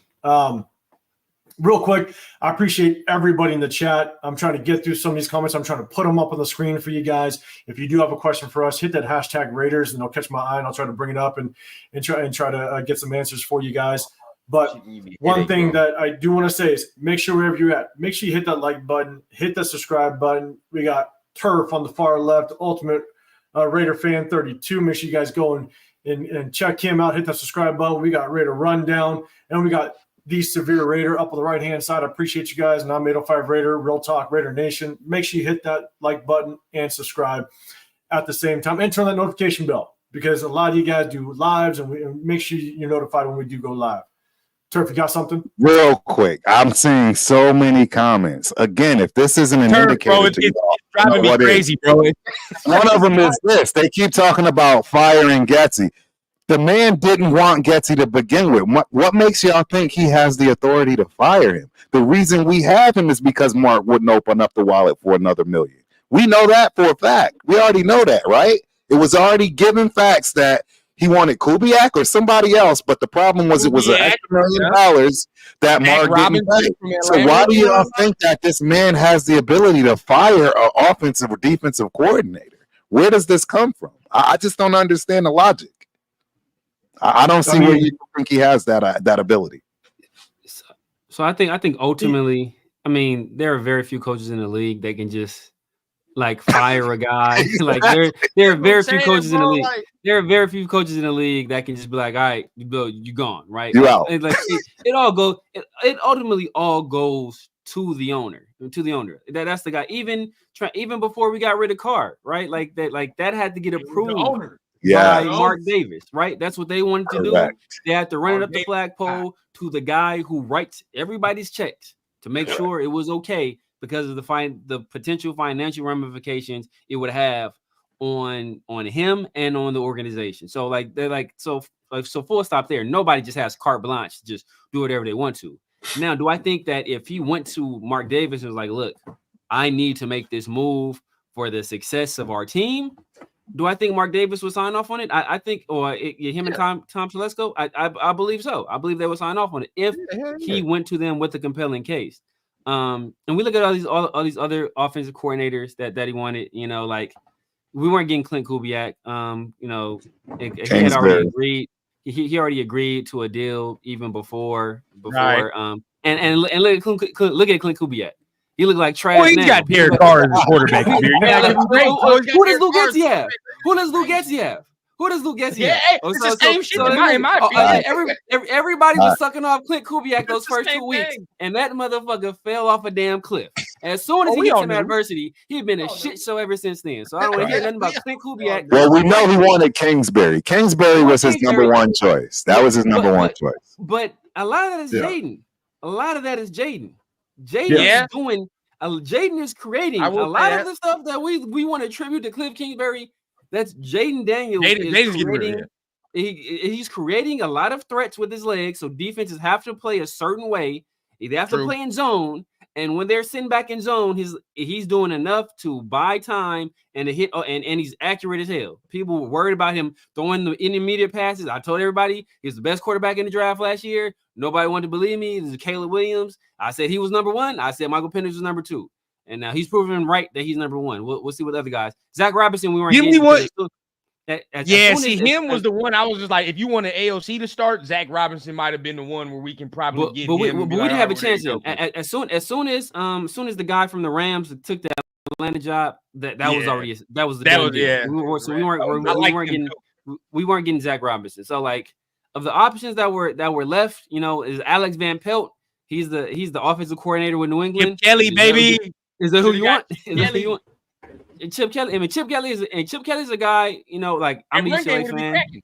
Run game would have been cracked, but we had a trash offensive line too, though. So run game, like I said, offensive line. So I'm a guy with as I said, I'm a UCLA fan. I've seen it. Chip Kelly. People think for some reason he's some crazy pass guy. No, he does his damage in the run. He does his damage in the run game, and he's going to up tempo you up and down the field. Mm-hmm. He's going to get on the ball quickly. And he's gonna do that kind of stuff. Pass game can use some work, but like I said, until we get a legitimate quarterback and legitimate offensive line, I'm not gonna criticize Luke Getsy as much as some other people are criticizing him. Real quick, 805 before you go to your next subject, just to touch on what he's saying, bro. You got to understand, bro. Who wants to tie their names to this, right? Like you got to understand, like if I'm Zach Robinson, I'm all these guys, bro. I'm trying to get a head coaching job, bro. I'm not going to tie my name to this. Ain't got no quarterback prospect. Ain't got no damn offensive prospects to really look at. And I'm supposed to. Now, this year's different, right? Top draft pick, more money. You look at all OC going to be like, oh, I might go ahead and go over there. They got some prospects. But not this year. Not with Gardner Minshew and all that. I ain't going to do that. Luke Getsy, the only one dumb enough to take the job. That's the only one dumb enough to do it, bro. He's the youngest. Got to get that opportunity when the opportunity knocks. Over there, he's probably spinning that shit in the room like, hey, bro, you'll be able to turn this thing around, bro. Don't worry about your Bears tenure, bro. You'll be able to do it right here. Luke Getsy, dumbass, was like, you're right. I can make Gardner Minshew different. I can do this. 2 weeks in, that motherfucker was like, I made a grave mistake. Look, and you guys know, every Tuesday night we break down film. And here's the thing is, I think it more has to do with Gardner Minshew just making the mistakes. He makes self-inflicted wounds that no offense coordinator is going to be able to. Now Scangarilla, our quarterback coach, I put a lot of blame on him. There's a lot that he has to be able to do to get Gardner Minshew just on a certain level, right? There's part of a quarterback coach that you need to also coach him up. Yes, Luke Getsy definitely takes some blame because ultimately he has to get the quarterback up to speed. He needs to make sure that the quarterback can understand the system. But then you got the quarterback's coach that also has to play his part as well. And so I just think that it's definitely tough for sure, especially a topic that, I think someone in the chat just said, look, a lot of it's speculation. We really don't know what's going on behind closed doors. You're 100% correct. You know what I'm saying? We're just trying to read from the outside looking in and trying to give the best perspective as possible. So at the end of the day, we all don't know what's going on, but we just try to put some pieces together how we see fit. So let's do this. This kind of goes into our next topic. All right, next topic. We got the trade deadline coming up. Someone says, do you want to trade for Anthony Richardson? I say, absolutely Hell no. Hell boy out this building. Hell no. And Severe, I'm a Florida fan, so I have my opinions on Anthony Richardson. I just don't think he's going to be an NFL quarterback whatsoever. But do we see any trades, any roster moves before the trade deadline? That's the next question. Severe, I'll throw it to you first. Do you think anybody on this roster, one, is on the trading block? Do you think there's any names on our current roster that potentially could be on that trading block and potentially see a move by Tuesday? No, I mean, I don't look at, outside of Max Crosby, I don't look at, and maybe JB, maybe Jacorian. I don't see anybody on our roster or another team was looking like, yeah, I want that guy. Like, they're like, look, these dudes suck. Like, everybody up and down the roster. Like, these are all dudes that was cut by other people. Like, they didn't want them the first time. Like, we don't want them now. So I don't see a single name. I don't think there is a, like I keep hearing people that ask, oh, okay, can we trade Gardner Minshew for a 7th? Like, we'd have to attach a 6th to Gardner Minshew just to get rid of him. Like, we have to attach some picks just to get rid of this dude, right? Same thing with Andre James. We ain't nobody finna like, oh, I'll give you a condition. Ain't nobody taking this money off of our hands for these sorry ass players. Like, they ain't stupid. They can, if we can see that they suck, they can see that they suck. So exactly. It's like we ain't about to get nothing for none of these bums, right? We're gonna have to we gotta take our lumps on with these contracts, move on for these dudes, take whatever dead cap hit is gonna take. But I don't see us. We ain't trading for Anthony Richardson. I already said Anthony Richardson is one of the most inaccurate quarterbacks I've ever seen. I told Rundown and Turf he couldn't hit water if he fell off a boat. Right? I don't want Bryce Young. Right? I don't. I want our own guy. I don't want somebody. I don't want somebody with somebody else's funk and stink on there. Right? We've been doing that in the past, and it's worked one time in the past 30 years, and it didn't even get us all the way. It got us to the penultimate goal, not even to the ultimate goal. So I don't want somebody else's funky ass quarterback that they done messed all up and they ruined. Draft our own guy. That's all the teams last year that were in the playoffs. All of them for the most part drafted a guy in the first round outside of 3. I think there were only 2 free agents quarterbacks in the playoffs last year, and that was Baker and Joe Flacco. So all the other quarterbacks were first round picks outside of Purdy and Prescott, and I don't even think Cousins made the playoffs last year. So yeah, out of Purdy, Prescott, and Jalen Hurts, those are the only 3 quarterbacks that weren't first round picks. Draft a first round quarterback. Draft a first round quarterback. That's what we need to do. I ain't worried about trading nothing. We need to just lose and draft the quarterback. Thank you. I'm with you. I'm gonna throw it to you, Trevor, in a second, but we got some comments if we trade for picks. I agree. I mean, that's the one thing Tom Telesco is going to want to do. He's going to want to compile picks, and that would be the right move for him at this point. Diehard Raiders. Raiders are not buyers. If anything, we need to be sellers to build draft capital for next season.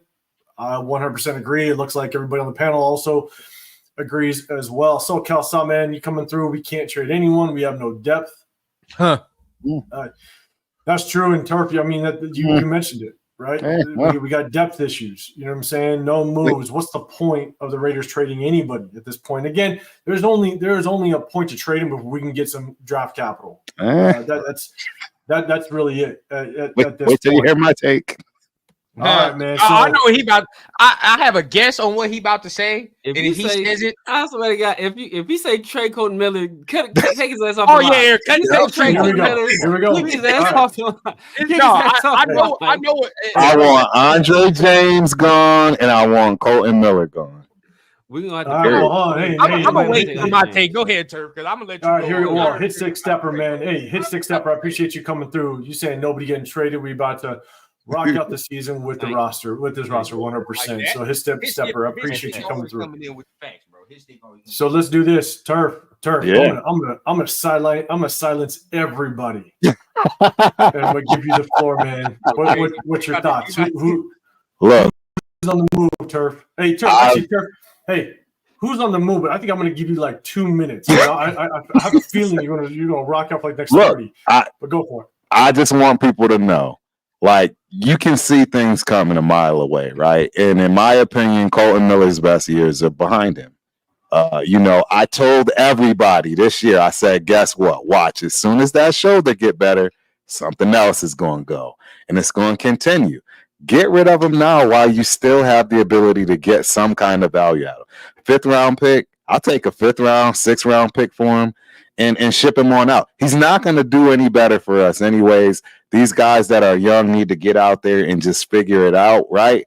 And then last but not least, I mean, this man should be shipped out of Vegas the fastest more than anybody I've ever seen in my life, and that is Andre James. Man. I mean, maybe somebody else can, create a project with him. Maybe he can go back to tackle like he was in college. I have no idea. I really don't care. I'm just tired of seeing that guy getting pushed in. It's just bad. And it's time to let him go. Let it be.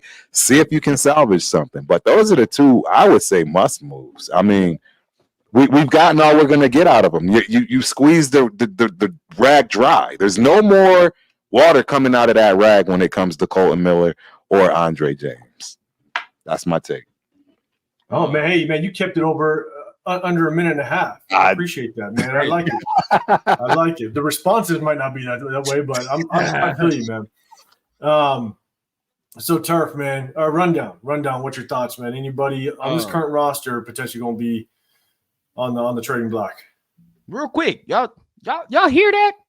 I'm still hearing fucking Thayer Mumford's pads clacking on the ground after he got I'm still hearing it. There's no way, bro. I'm not trading Colton Miller, bro. I can't do it. Not after what I've seen. Not after today. We don't have a replacement. Like, we had a replacement, I'd be like, yes, like, go ahead.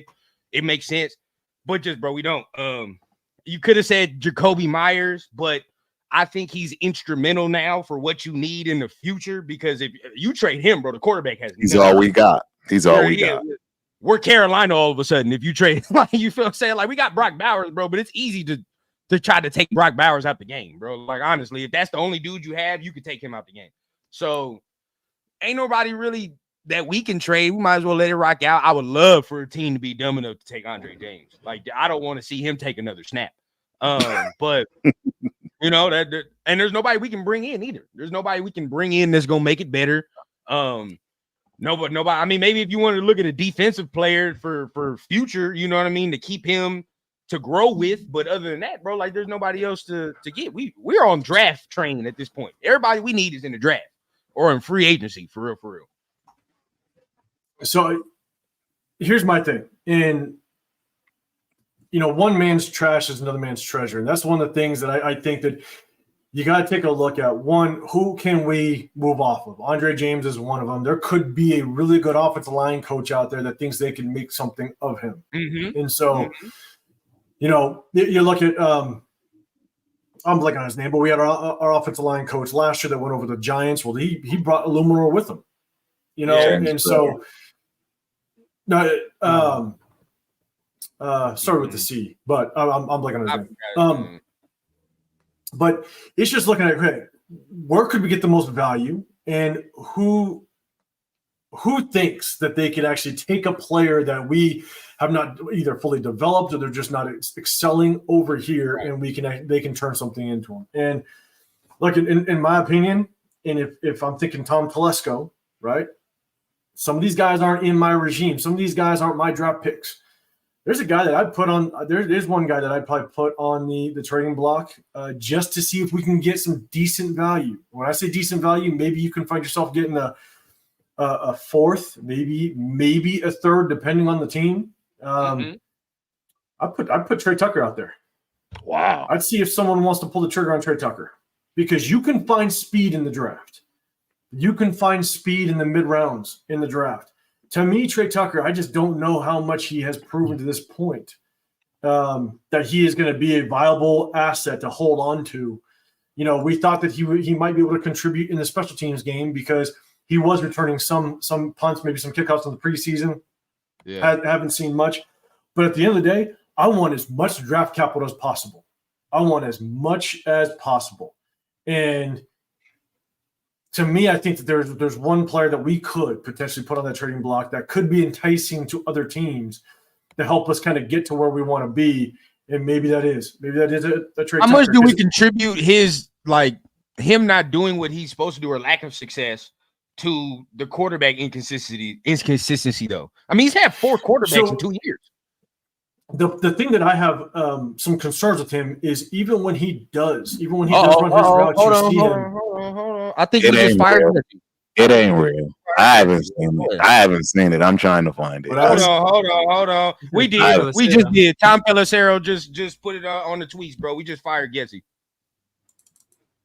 Wow. Yeah, he's gone. We just fired. No way.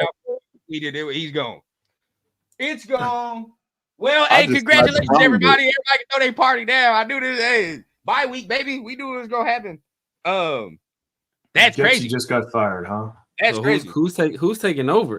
Exactly. Who else is gonna be there? So look, Our It's gonna be trash is Scott trash. Turner, bro. this, It's gonna be Scott Turner. oh my god, that's That's gonna be fucking yo. It's a nightmare. This reeks.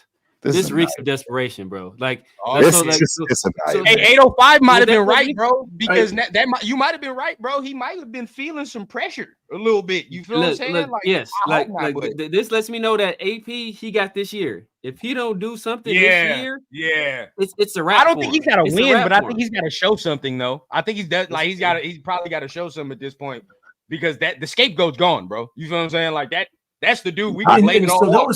That was the other thing is your scapegoat's gone, right? You can sit there and you can say, look, if you rode out the rest of this season and the offense didn't look good, and you can blame it on injuries and stuff like that, right? We just had 3 offensive linemen go down in 1 game. There's not a whole lot you can do when it comes to those type of injuries. But if you would have rode this entire season out, at the end of the season, you could have said it was Luke Getsy's fault, and you get rid of him at the end of the season and you move on. But now, if you get rid of Luke Getsy, there's no other scapegoat. It's not going to be Patrick Graham. Patrick Graham is not going to be your scapegoat. And this offense continues to look like trash, not because of it's going to look like trash because of so many injuries and so many moving pieces. But if this offense continues to look like trash under the next person that's calling offensive plays, and who does AP go to? Who does AP? There's nobody to blame. There's nobody. There's nobody. It's going to look like trash. Yes. Was Luke Getsy the best guy in the league? No. Not gonna be good. No, he wasn't. There's not anybody that out there. It's not, and for damn sure ain't nobody in the building that's about to come in there like, yo, guys. Yeah, I think it's gonna be Scott Turner, but they haven't said nothing yet. Bro, Scott Turner didn't they had Scott Turner. That's the thing. People had Scott Turner. We had Scott Turner last year. We want the young, innovative motherfucker. That's why you know how they trying to be, bro. We had Scott Turner last year, and then we had an option to go with Scott Turner, who was a passing game coordinator with Washington, or Bo Hardigree, who had never called plays in his entire effing life, and we chose Bo Hardigree. That tells you what, and that was AP's decision. That tells you what AP thinks of Scott Turner. So he's gonna probably go with old ass. If he goes with old ass Joe, bro, I swear, if he go with old ass Joe Philbin, bro, I'm out on AP. That's my If you hire Joe Philbin there, bro, I'm done. I'm cool. If you fire Luke Getsy, cool. Like bring it. That's my concern, bro. It better not be Rich. It better not be Rich Gangarello, and it better not be Joe. But no, what? Actually, wait. No, So yeah, well, we shouldn't care. But how do people feel now, though? We losing. How do people feel now? Because everybody was talking about AP. They're mad. AP's not making the decision. Oh, AP hired him. He's got to fire him. So if AP was the one that made this decision to say he's got to go, one, does that tell you he has more control than what we thought? Or two, does that tell you he's moving in the right direction? Or at the end of the day, though, I still think his damn job is now on the line, though. I ain't gonna lie. It's gonna be tough, bro, because now you don't have nobody to blame. Offense is definitely probably gonna still look ass. I mean, I think we all probably concede that. You feel what I'm saying? My just thing is, bro, and I'll just leave it at this, and I'll let y'all go, bro. When we continue to talk about Ben Johnson, I get he's a coordinator, but the motherfucker has never been a head coach either. So why are we ready and quick to do? Like, if you told me Mike Vrabel, that's different. You feel what I'm saying? Mike Vrabel is a different beast. I'll fuck around with Mike Vrabel. I'm not gonna lie. Yeah. But if you're giving me Ben Johnson, bro, your only thing is look at that Detroit Lions offense, bro. He's never been no head man. We said the same shit about Josh McDaniels. I'm not comparing him to Josh McDaniels, but I'm just saying you got to watch what the fuck you want because we all assume shit and we just don't know. So here's my thing is, we just talked about AP and stuff, and now we get the news of Luke Getsy. Here's my only argument for Ben Johnson right now.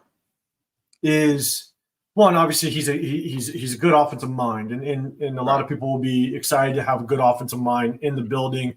Right. If we're in position for him to get his quarterback, if we can put ourselves in position to where Ben Johnson which is going to be one of the most touted, one of the most sought after head coaches next coaching cycle, right? This next offseason, every vacancy, head coach vacancy is going to want Ben Johnson. They're going to be looking at him.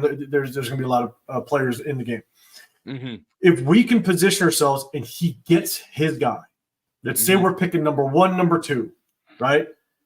We now have Ben Johnson. He gets to pick his quarterback. I think this is the only scenario to where the Raider fan base can truly take a seat a little bit. I'm not saying it's going to happen. You know how crazy our fan base can get. Exactly, you know, we love it. We're passionate. But this would be the only situation to where I think the Raider fan base can finally take a step back and go, let's try to trust the process. That's it. Because we tried to trust the process with Josh McDaniels, but the problem is he just completely ripped everything apart and brought in Jimmy Garoppolo. The moment he did that, I think everybody lost the whole trust the process thing. That was crazy. Yeah. But with AP, a lot of people won. There was a lot of Jim Harbaugh fans out there. But with AP, a lot of people are sitting there going, okay, I don't know if you can say trust the process, because what is the process with AP? He was coaching high school football 6-7 years ago. So it's like, there is no process to kind of trust and follow with AP. So it's hard. That's hard to convince people to trust the process. I think with Ben Johnson, it would be the only scenario that I can see if we were able to get in position to get his quarterback. He could handpick his quarterback, and now we know we have potentially a franchise quarterback in the building. Let's say Ben Johnson drafted Shedeur Sanders or Cam Moore, whoever you're fans of. Right. Imagine if that was the case next season. Would the fans be okay with that? Would the fans be able to sit back and go trust the process and be okay? No, I wouldn't be okay with it, because if you're going to do that next year, why didn't you do it this year? Right? Why didn't you give the guy that you just gave the contract to this year his quarterback, his offensive coordinator, etc., and then not be in this situation? Because once again, I'm trying to tell y'all, I don't think that Getsy was his choice. I don't even think that this firing was necessarily his choice.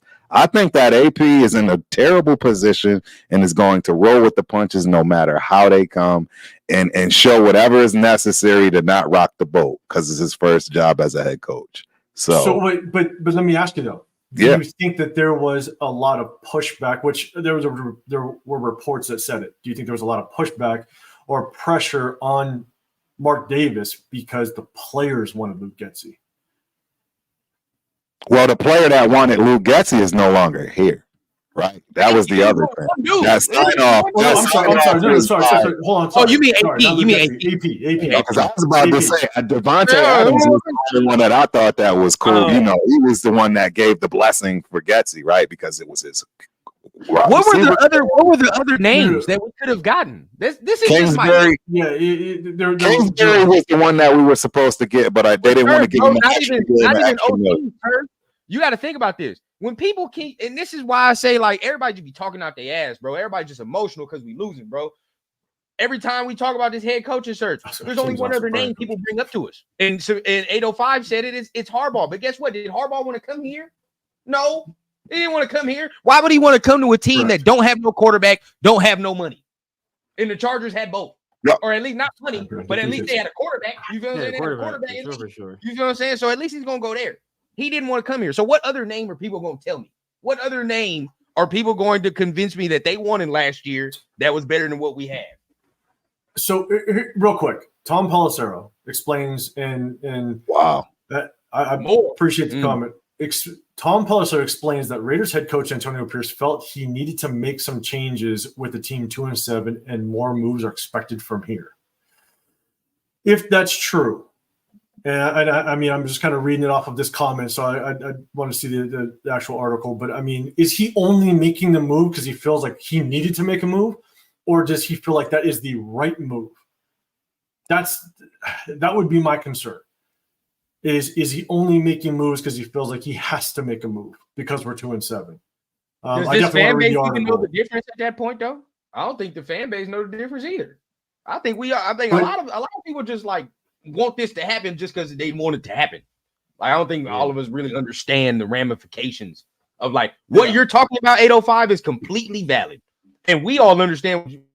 I understand what you're talking about because it's very easy for a coach or just an organization. Look at the Jets, right? Like we just made this coaching change just to make it look like, honestly, like just to make They the did change. that to appease that quarterback that they had. To appease the Aaron fan base, Rodgers. whatever it takes, bro. Just to say That we was did Aaron something. Rodgers' call. Exactly, bro. Like just to take credit for something.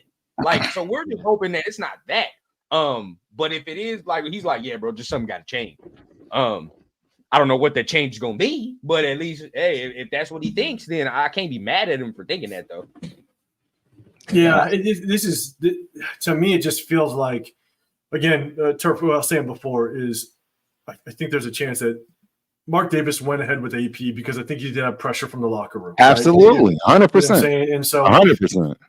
That's where it's tough. I think that's why he went with it. And so when you make the comment of why didn't you just do it earlier or do it last offseason, I think Mark Davis had the pressure of bringing on Antonio Pierce. But that is the only argument that I could make for a Ben Johnson right now is that if you have the opportunity to marry one of the better young offensive coordinators in the league right now, and you're in the position in the draft to pick your guy, he can handpick his own quarterback. Now it's something that this fan base can at least sit back and go, let's trust the process. Let's give it the 3-year process. That would be my only reasoning behind going for it. Severe, what's up? But why so that's the thing with Ben Johnson, because I'm like all of this past year before we hire AP, right? I was one of the people saying I had questions about AP. I hopped onto the train late, right? I was saying I wanted Ben Johnson, I wanted Bobby Slowick. But the thing about Ben Johnson is, what have we seen from Ben Johnson that says, first of all, he can lead an organization as a head coach, and that he can develop a quarterback. He had a Super Bowl quarterback. He had a quarterback that had been to a Super Bowl, an all-pro quarterback. He had one of the best receivers in the league, and I'm on St. Brown. Then they drafted one of the best tight ends in the draft. He had one of the better left tackles in Decker. Then he drafted the ultimate tackle prospect in Penei Sewell. So what tells you that if he is given the keys to a dysfunctional franchise that has a dearth of talent at every position except tight end, really, that he can do anything? We don't know. Do anything. Like we don't know. The perfect example, he went into a game, right? He went into a game in the rain against a Green Bay team that has some pretty good pass rushers, has a pretty good secondary, and he was throwing the ball an awful lot in that first half. An awful lot. In the rain. If Luke Getsy had done this and had not been successful, he would have been crucified for it. But know why he can get away with it? Because Jared Goff has the ability to pull that off. And he has the weapons on the outside that can pull that off. All right? So a lot of what Ben Johnson is doing is because he has the requisite talent to do it. Right. So when he step into a situation that doesn't have that talent and replicate that same success, I have serious questions. Now, Bobby Slowick was different. Bobby Slowick stepped into a situation where people thought he had no talent. That's true. That's 100%. Defensive-minded head coach. His weapons were questioned. 100%. A quarterback that people thought was going to probably be a bust because of his S2 cognitive test, and then he turned that into one of the better situations in the league. If I'm going to hire a guy, I'm hiring Bobby Slowick before I hire Ben Johnson because he has much less talent to work with than Ben Johnson has. And then we see what he did. People thought Joe Mixon was washed. Joe Mixon is now one of the better running backs in the league this year. To Severe's point, bro. Like, who is he developed? The Texans had the Texans had so many injuries last year on the offensive line. They were down to third stringers, practice squad guys. Still one of the best offenses in the league last year, right? So now that he actually has a legit offensive line, that the run game is top notch. So I'm going with Slowick before I go with Ben Johnson, to be honest with you. But is that Ben Johnson? I see Detroit has one of the best offensive lines, but who has he developed? Exactly. Like, for real, who has he developed? I want to know. Like, Jared Goff, there's not much development that needs to happen with Jared Goff. There's not much. You know what I mean? Like, Super Bowl already. And he had Sean McVay. How much more development are you going to do with Sean McVay being your first coach? It's Sean McVay and Zach Robinson. Yeah, Sean McVay and Zach Robinson helping him. Who else? So let's do this. Let's do this, because here's the thing. is at the end of the day, if Antonio Pierce does keep his job at the end of the season, right? We now need an offensive coordinator. Oh yeah. My A question whole new thing. My question is, who in their right mind is going to want to come over to this organization as an offensive coordinator? It's almost like Antonio Pierce is going to have to find a diamond in the rough, somebody that's kind of under the radar, to be able to be that surprise offensive mind, because no highly touted offensive coordinator, I think, is going to want to come over here, especially if we find ourselves winning. And next thing, like, and I'm not saying a lot, I'm just saying now we're in the 9th or 10th position in the draft. Now we're not going to go get the quarterback. Yes. Now we're going to get the 4th best quarterback in the draft, maybe even the 5th. So now it's okay. What offensive coordinator is going to want to come over here and run this offense? A young, experienced one that doesn't have the ability, just like we just had in Luke Getsy. It's going to be a college. It's going to be the exact same thing. It's going to be the exact same thing because, like you said, the only person that's going to be crazy enough to stick their neck out is an inexperienced one that doesn't understand he's putting himself in a no-win situation. That's what you're going to get. Even that, to me, I think it's just an even better situation this year, period. I mean, I really do think we're gonna have a top 5 pick. I don't care what nobody tells me. I don't care. This coaching change ain't gonna matter. We're gonna have a top 5 pick. Yeah. But a top 5 pick with 100+ mil is way different than the number 13 pick. And I don't even know how much we had last year. Like 60 something last year. It wasn't that much. So like, I just think it's way different now. You can look at it and be like, especially if AP was allowing Getsy to put his own stamp and let him do his own thing on that side of the ball. If that's how you're going to sell it, then yeah. I mean, I don't think it's going to be that hard for somebody to be like, oh, I get to do my own thing and put my own stamp like just how Severe said with Bobby Slowick. You feel what I'm saying? I feel like D'Amico Ryans be letting Slowick do what he do, honestly. Exactly. And then whatever happens off of that. So I think that's what's going to happen.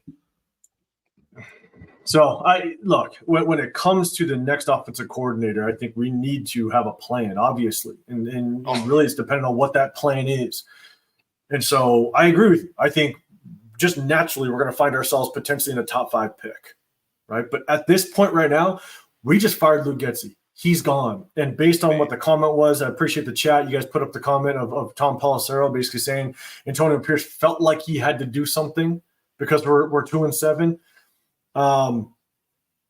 Man, we better find a quarterback if we are going to get any type of decent offensive coordinator in this building. I mean, our offensive line, yes, we have Jackson Powers Johnson, looks like to be the future in the center position. Jordan Meredith was looking pretty good. Dylan Parham is still up in the air as to how good he can be. But we got, unless DJ Glaze does kind of come out and have some success, we're gonna need a left tackle. We're gonna need a left tackle. We're gonna need a running back. We're gonna need a quarterback. I mean, we're gonna need so many pieces on this offense. Another receiver, and that's depending on what offense coordinator comes in. They might have a completely different style offense that we might need different pieces. And so, that's the hard part. I think at this point, I don't think I've said it as more confidently than I've ever said it, but Severe, I think #SS is the way to go from this point forward. We need a top draft pick. I'm sorry. I mean, you firing Luke Getsy tells me that you're not going to bring in another offensive mind to all of a sudden turn this whole thing around. It's not going to happen. So you know what? This tells me that I think AP he's trying to make a move. He's trying to, have that scapegoat, but shit, man. Like, I think this season's in the books, honestly, at this point, and we need a top draft pick. We need that quarterback. We haven't had it in so long. We need the quarterback. Man, all right, Severe. What's your thoughts on this? Obviously, we get the news. Luke Getsy's gone. We were going to talk about some of the quarterback stuff, but at this point right now, we just want to know who's going to be the offensive play caller. And so, what's your thoughts, man? We've been going on here for almost 2 hours. Let's kind of get some final thoughts and kind of wrap this one up, because let's kind of sit on this news and we'll definitely link up again sometime this week, man. We'll all talk about it. But let's get our final thoughts in, man, and kind of digest this news. But Severe, what's your final thoughts, man, after a horrible loss and now the firing of Luke Getsy? Where do we go from here? Yeah, man, this reeks of desperation. Like it is a desperate move and like I thought that Antonio Pierce had some kind of job security, right? I thought that he was gonna get at least 2 full years. But if you're doing this now, and brother, it's like you're 2-7. So like I guess the bye week is where it makes the most sense to make a change if you're gonna. But if your goal was to save the season, like you don't wait till you go 2-7 and be like, oh, we gotta turn this thing around. Like no, this shit is done already, right? This shit is done already. This is done. Bro, you don't wait till like this is the worst time to do it. So like I mean, like it's like the season is done. It's gone. Your only goal should be like, how can I lose as many games as possible in the most respectable way so that I don't look bad, but yet we still get that top 5 pick. We still secure a quarterback. Because that's the only thing that's going to change this franchise, right? Luke Getsy gone, fine. Hey, like I don't care who takes over. Rich Gangarello can take over. Scott Turner, Joe Philbin, Joe Bugle. I don't get who you want to bring in here, right? Joe Torre from the Yankees, bring him in here. Let him call some plays. I don't care as long as we keep losing. We like people. Oh, we're talking about this commitment to excellence, not commitment to tanking. Nah, it's commitment to winning. I'm like, these dudes be doing. I don't. This organization has been committed to excellence in 26 years. These people be wanting to win the most meaningless games for a team that's not going to go to the playoffs. And if they do somehow miraculously make the playoffs, not going to do shit in the playoffs. Like, why win these dumbass games for no reason? We won a stupid game against Denver. That's why we ended up with Cleveland Farrell instead of with a guy like Quentin Williams or Kyler Murray or Nick Bosa, right? We always do this dumbass shit. We had opportunity last year. We should have just bottomed out with Josh McDaniels. We would have had Jaden Daniels or Michael Penix right now. Instead, we rolling out Gardner Minshew or Aiden O'Connell. Like, stop this stupid. Oh, I want our team to win because I want for what? For personal pride, so you can feel good for that day, and then we can suck again for the next 5 fucking years. Like, stop all that bullshit, man. It's time to bottom this shit out and start the hell over, right? We've been like we keep rebuilding and we keep like rebuilding, and we don't like take off. We don't like completely tear down. We just like reconfigure some shit and like try to like, no, stop doing that. Stop. Just tear the shit down. Start over. Like that's what we need to do, right? Gruden tried to do it and he drafted so terribly that we failed. So we need to do that shit again. Yep. Yeah, we're gonna get into the quarterback talk next time, man, because that'll take us a whole another hour in this show. But I appreciate the comment, man. Well, make sure you hit us back up Sunday nights after the game, as well as Tuesdays we break down the game film. But Turf, man, I'll throw it to you, man. Yeah. Where we go from here, man? What's your thoughts? You know, I'm starting to contemplate. Is this AP playing chess? Meaning, hey, I allowed this man to hang himself. He wasn't my first choice to begin with. Absolutely, I've allowed him to make all these dumb play calls, etc. Hence, now he's out the door. I mean, that could be a thought. Because, again, I don't think he ever chose him to begin with, and I think it's one of those scenarios where he's behind closed doors. See, I told you so. See, this is where we are, and y'all should have allowed me to get who I wanted, so what's next? That's a possibility, right? That could be, I don't see AP operating that way, but that would be playing chess based on being told you're the head coach and everybody's hanging everything on you, but now you're not being allowed to make those decisions. So do you allow people to just hang themselves? Because in my opinion, Getsy got no help, right? How many times have you heard me say, where are the elders at? If we got all these elders, why are these bad decisions being made with these elders?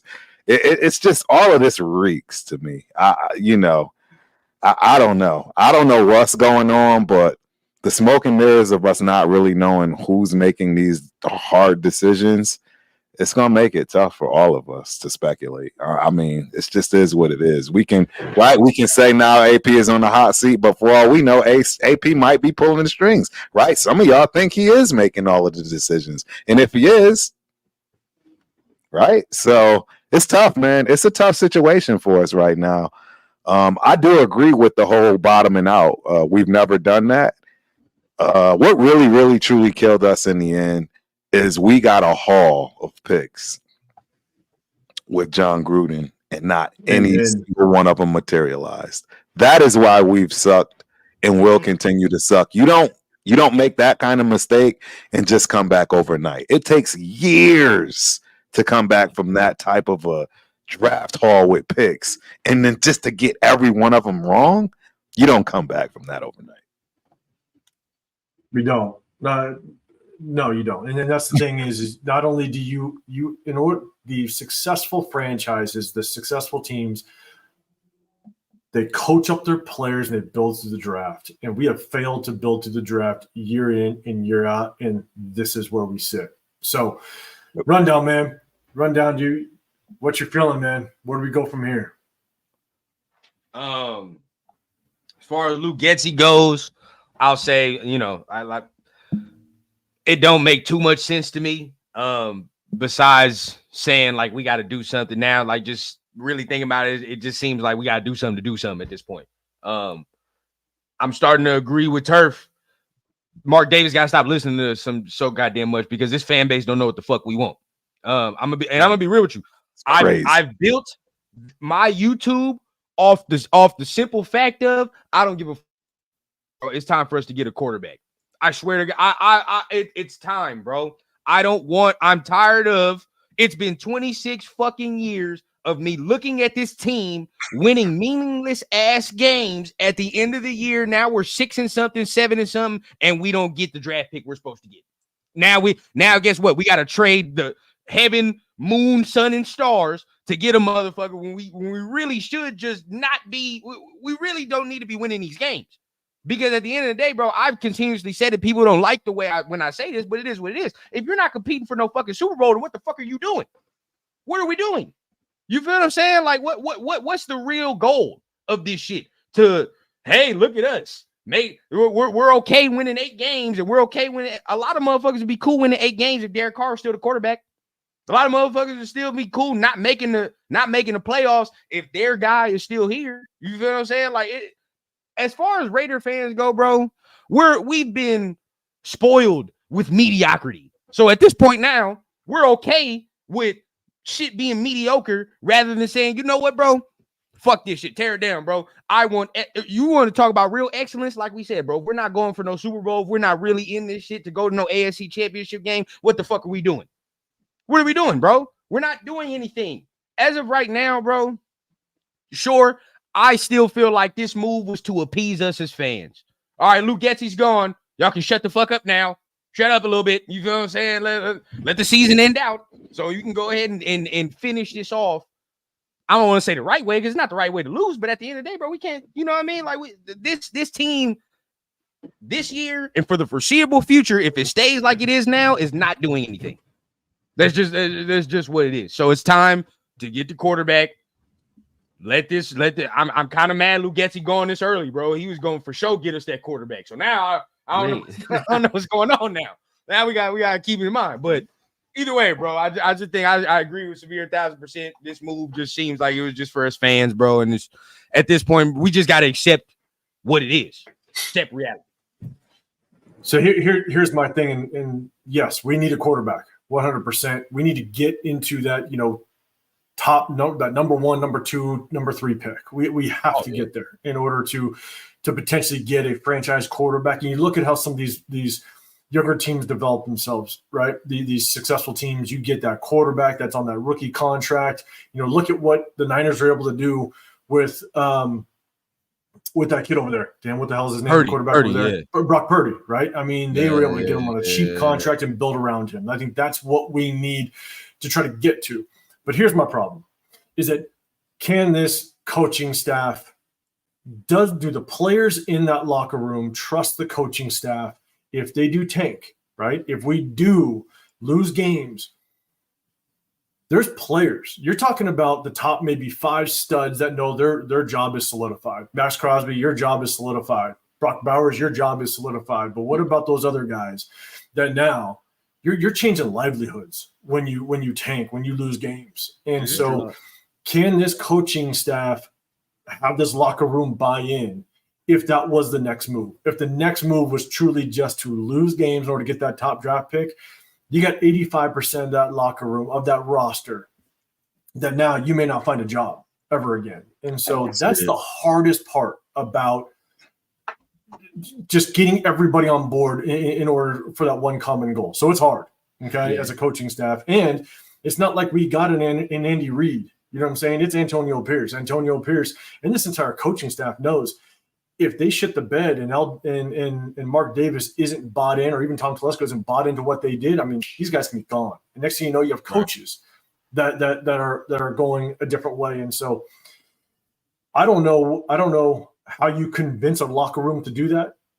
You know, as a coaching staff, you can do it as long as you know your job is safe. But I don't know if players you can get players to buy in on it. So you're not going to get players to buy in. A lot of the players that's here don't need to be here no more anyway. Well, yeah. There's still guys that's playing for their legacy, their own, right? You know what I'm saying? Their legacy, you know how they feel about themselves. They're not going to go out there and tank or half-ass. It's just not going to happen. I mean, that also just opens you up for potential injury. I mean, injury. When have you ever been able to play football half-ass? That it just doesn't even make sense. For the record, I'm not looking at trying to tank nothing. I'm looking at tank. We just right, exactly, and that's what I'm saying. You got a lot of people in here talking about this tanking is not the Raider way out. We're not doing that. What I'm looking to do is play everybody. Exactly. I want to see everybody's talent. Hashtag SS. I want to see everybody. I want to see my guys substitution for those that don't know. You know, we haven't been able to run the game in the first half of this year. I mean, open it up to the rest of the running backs. What do you have to lose? You know what I mean? Man, bro, facts. Get the Robbins in here. Get the Britton Browns in here. Get the McCormicks in here. Let them run. Activate them, deactivate them, roll them in and out. See what happens. See who clicks. Threw that sincere McCormick in there. I saw that. I saw you slide that. You try to be slick. You try to be slick. Our dudes, we can keep off. You think you're slick, Turk? You think you're slick? Like we saying, bro. I mean, I agree with 805 players' livelihoods is here, but then I've continuously said this, bro. I've told Turf this multiple times. There's some players here that's been here a year too much for me. Yeah, they're on that Raider scholarship. They're on that Raider scholarship. There's too many players getting that Raider scholarship that have got too much bread from this team for me. I ain't even go cap. Some dudes can leave gladly. Yes. And last point. Why do we want to fire AP and keep Tom Telesco and let this man hire a head coach? Well, this the same motherfucker that hired Brandon Staley. So why are we just gonna automatically just let Tom Telesco fuck around and pick the coach? I don't understand. I agree, but he's made some big decisions that I mean we do. Jackson Powers, Bowers, and Glaze. Those three right there from that draft alone, in my opinion, saves his job. I'm talking about in his GM tenure, he has never hired a good head coach. Right. He's not really in his GM tenure, bro. He's never done I agree. I mean, Anthony Lynn, who was the first guy? Mike McCoy.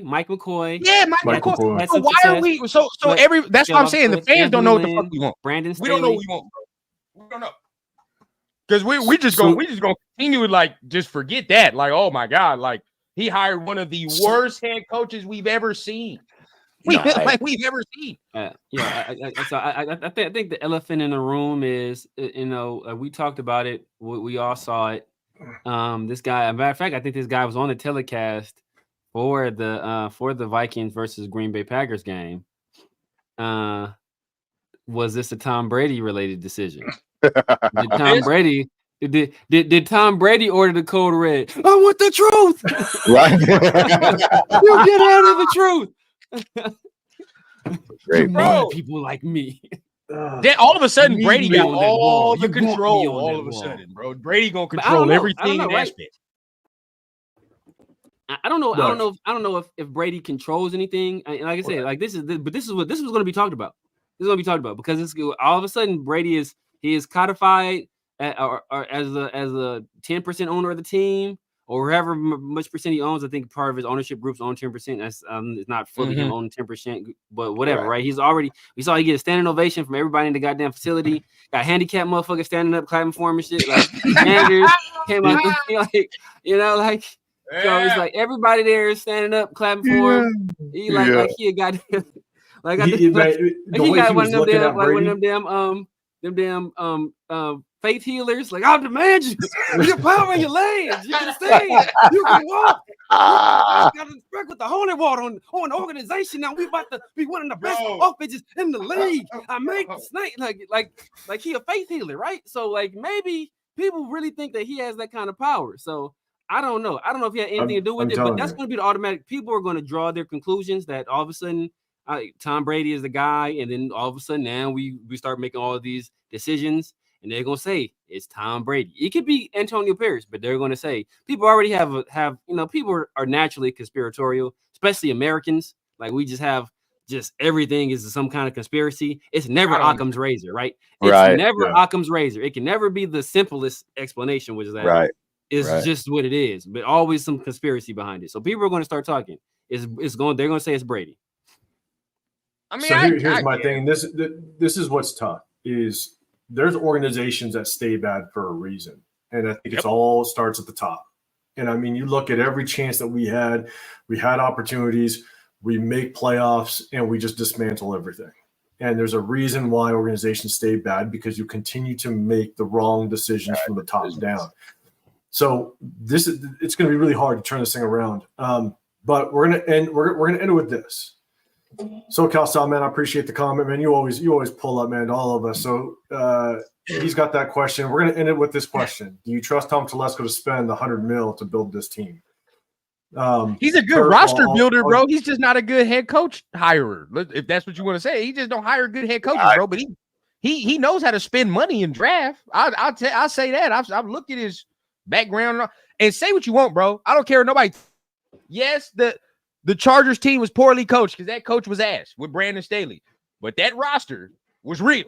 When he made that roster, it was just injuries. The injuries, bro. But when he made it and built that roster, and when they got Khalil Mack, I don't want to hear that. A lot of Raider fans was like, "Oh shit," you feel what I'm saying? A lot of us was like, "Fuck, they doing something over there. They're trying to do something over there." But man, Telesco might be Telesco might be the injury curse because he might be. All his players have nothing but injuries, and we got nothing but injuries over here.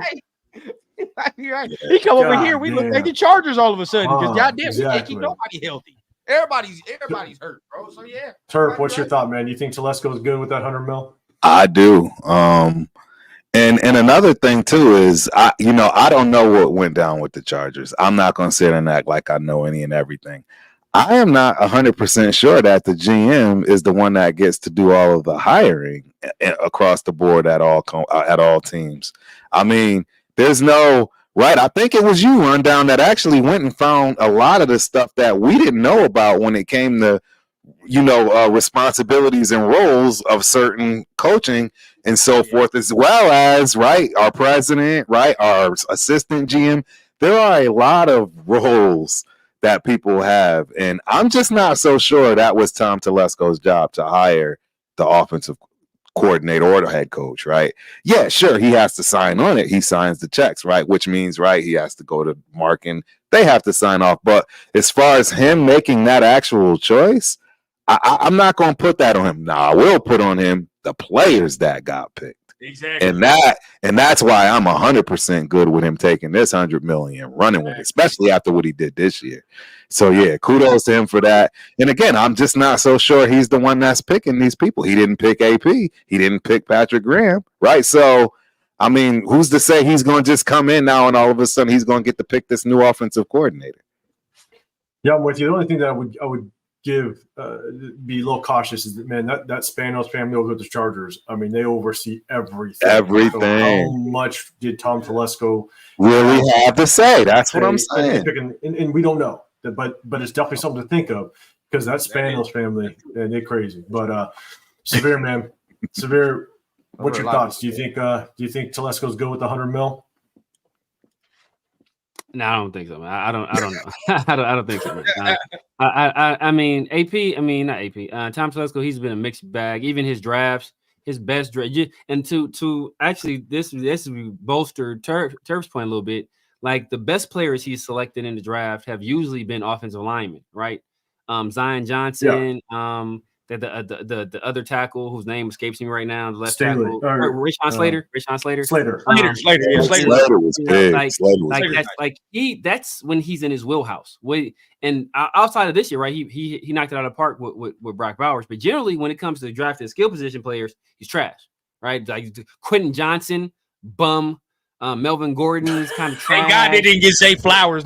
Exactly, right? Like, it's like trying trash. Like he's been that's not really been his strong suit, especially in the early rounds, right? Then Jerry Tillery, bum. Like all these guys have been bum. Then the free agency's mixed bag. He gave J.C. Jackson all that money. He was trash. He gave Eric Kendrick a 2-year deal. He was cut less than a year later. Like it's been a mixed bag with him. Been a mixed bag. So I don't know. I don't know how much I trust him. I don't know how much I trust him. I mean, he had a good draft this year. Free agency class. He signed Christian Wilkins, who was he wasn't that great all year. He had some flashes, but it didn't seem like he really fit well.